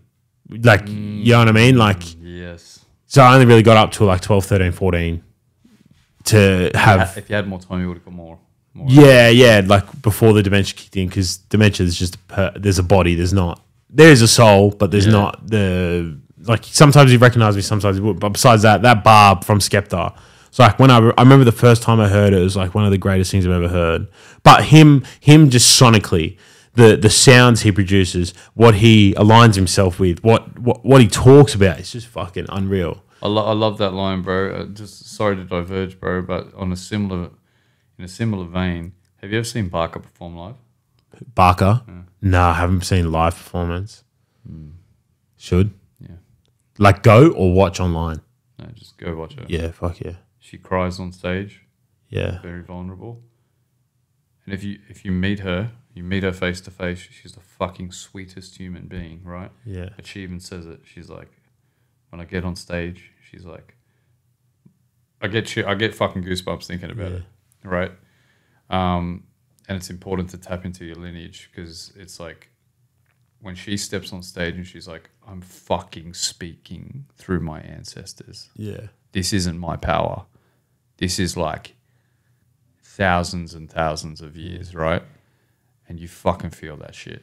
Yeah. And so I love that you resonated with that because like I feel that that's really true. But it's we got to be open to in harnessing that, because it isn't natural. You got to get it out of yourself to be able to tap into it. And sometimes as well because I don't know much about my mother's heritage, but my mum's Irish, and there's actually a lot of history to Ireland. You know what I mean? Yeah. Up the fucking there. Yeah. But that's a beautiful thing, bro. And that's dope to hear that you tapped into that. And that's a fucking crazy line for him, how he articulated that over all those bars that you just read as well, bro. If I got to tap in more as well. I think the crazy part is I'm pretty sure his name Adenuga actually means power in one of the dialects in Nigeria where he's from, like family's from. That's great. I love that. I love that shit. Yeah, I've got to cross-check that last part, but I'm pretty sure I remember seeing, because his sister's in the media as well, her Julie Adenuga, she does like a lot of interviews and stuff. No, because I'm not really big on the UK joints. Yeah, so do you know JME, the art rapper? Yep. That's his brother. Yeah, I know. I saw that TikTok the other day so where he got funny. pulled over and the cop was like, yo, you JME? Yeah, you're Skepta's brother, right? Yeah. And he's like, yeah, I'm a big fan. Yeah. And he was like, yo, fuck, I don't even know what to say now. That was mad. Yeah, but they've got a little sister, and she just does she does some really cool interviews. But yeah, she talked about that, not Skepta or brother or his brother. But I've got one more question. Okay. Fuck, we killed it, bro. It's 3 hours. 3? But I think fuck no, yeah. Since I pressed the record button, it's probably like 2:45. I mean, I can talk. Yeah, dude. I'm not gonna lie. Yeah. Preaching to the choir. Plus, I'm fucking 42, G. Like, I got time. I got time on my hands. Like. Okay, so this one, last question. Okay. This is for old head, new heads. You have a new head, you have an old head in the room. If we were to go bar for bar at a bar, all right, so let's say we pack out a bar for the night, right? All hip hop heads. We go 3v3, right? Winner takes all. 3 rappers to go bar for bar pre-2015 era to go 3 post-2015 era. Which team wins? Jave, I'm not talking to you, so you keep your opinion to yourself. What did he say? He said, "Oh, come on, bro." Look, I'm a big person on progression. Yeah. And I love my old heads because they did articulate, but they pave ways. Yeah. You know what I mean? And I just feel as though where it's gone, where it's gotten to now, because you can hear a nobody speak some profound shit on a TikTok. 110%. That'll, and you'll be like, I don't know this motherfucker. Yeah. I'll maybe never hear him again. But what you just said is fucking wild. Like, I can't even wrap my head around how you just articulated that. Even just, hearing some fucking skeptic shit. You know what I mean? Like, so for me, and I don't say this reluctantly, I say it with confidence that I think that the guys, post 2015, right?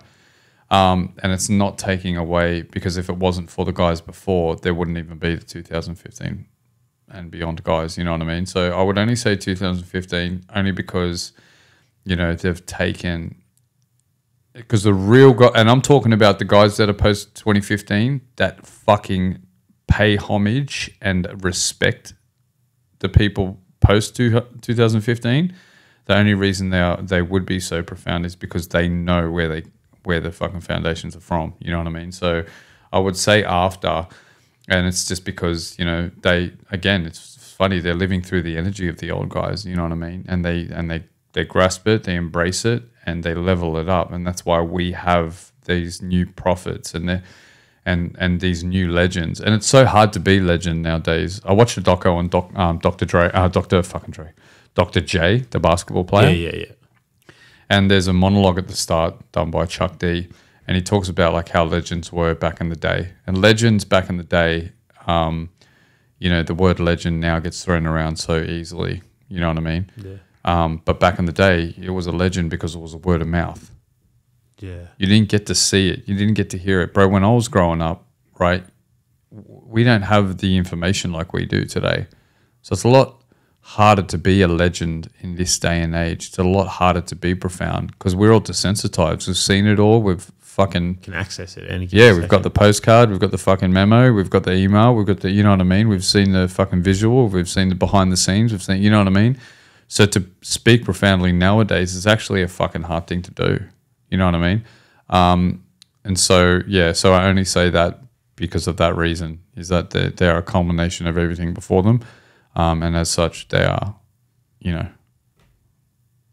they're essentially, they are them and they are the post, if that makes sense. Yeah. I also would add to that, I think a lot of people get caught on nostalgia. Brother, fucking shut the fuck up on that. Yeah, I totally agree with that. Like a lot of people always remember things way, like they just forget. There was like, they remember these eras of like thinking it was all golden, like they completely forget that half the shit that went down. You know what I mean? And if you bring up like certain things, they're like, oh, fuck, maybe it wasn't as golden as... No, it wasn't, bro. You ever watch Voltron? Bro, you don't even know. So like, anyway. Bro, you ever look back at like old cartoons where you're like, fuck, bro, I grew up on this shit. You watch it, you're like, yo, this is fucking trash. Yeah. Leave it in the past where it belongs, man. Leave it as a happy memory in my fucking mind. I don't need to watch it again, brother. Like, it was shit now. Like, if that came out now, you'd be like, what is this fucking garbage? You know what I mean? So, and I agree with that. And actually, one thing that's relatable to me, and I love my fucking Figgkidd fans, and but it's taken me a while to really embrace Figgkidd as a part of my musical history because it wasn't my soul. It was an artistic project. You know what I mean? There was elements of me in those projects, but I do have some people that'll hit me up now, right, who are fucking massive Figgkidd fans. Yeah. Massive, right? And I made a massive difference and impact in their lives at that time. But because I hold nostalgia for them as Figgkidd, they can't resonate with my new music, even though my new music, bro, is the most me that you've heard ever. Yeah. And it only gets more and more me. But they're stuck on Figgkidd.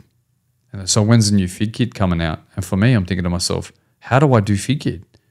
Yeah. How do I, as Lee Monro, coming into the truest essence of myself, how do I do Figgkidd again? I have to tap in because that was a time where I was at a certain point.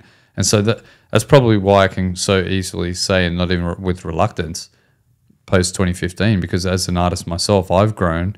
And when people turn around and they're hung up on the nostalgia, I'm like, I had to get over feeling personally attacked for a while because I was like, why can't you love me, bro? Like, I'm the truest me now. Like, this is me. Like, did you love me or did you love the idea? Yeah. You know what I mean?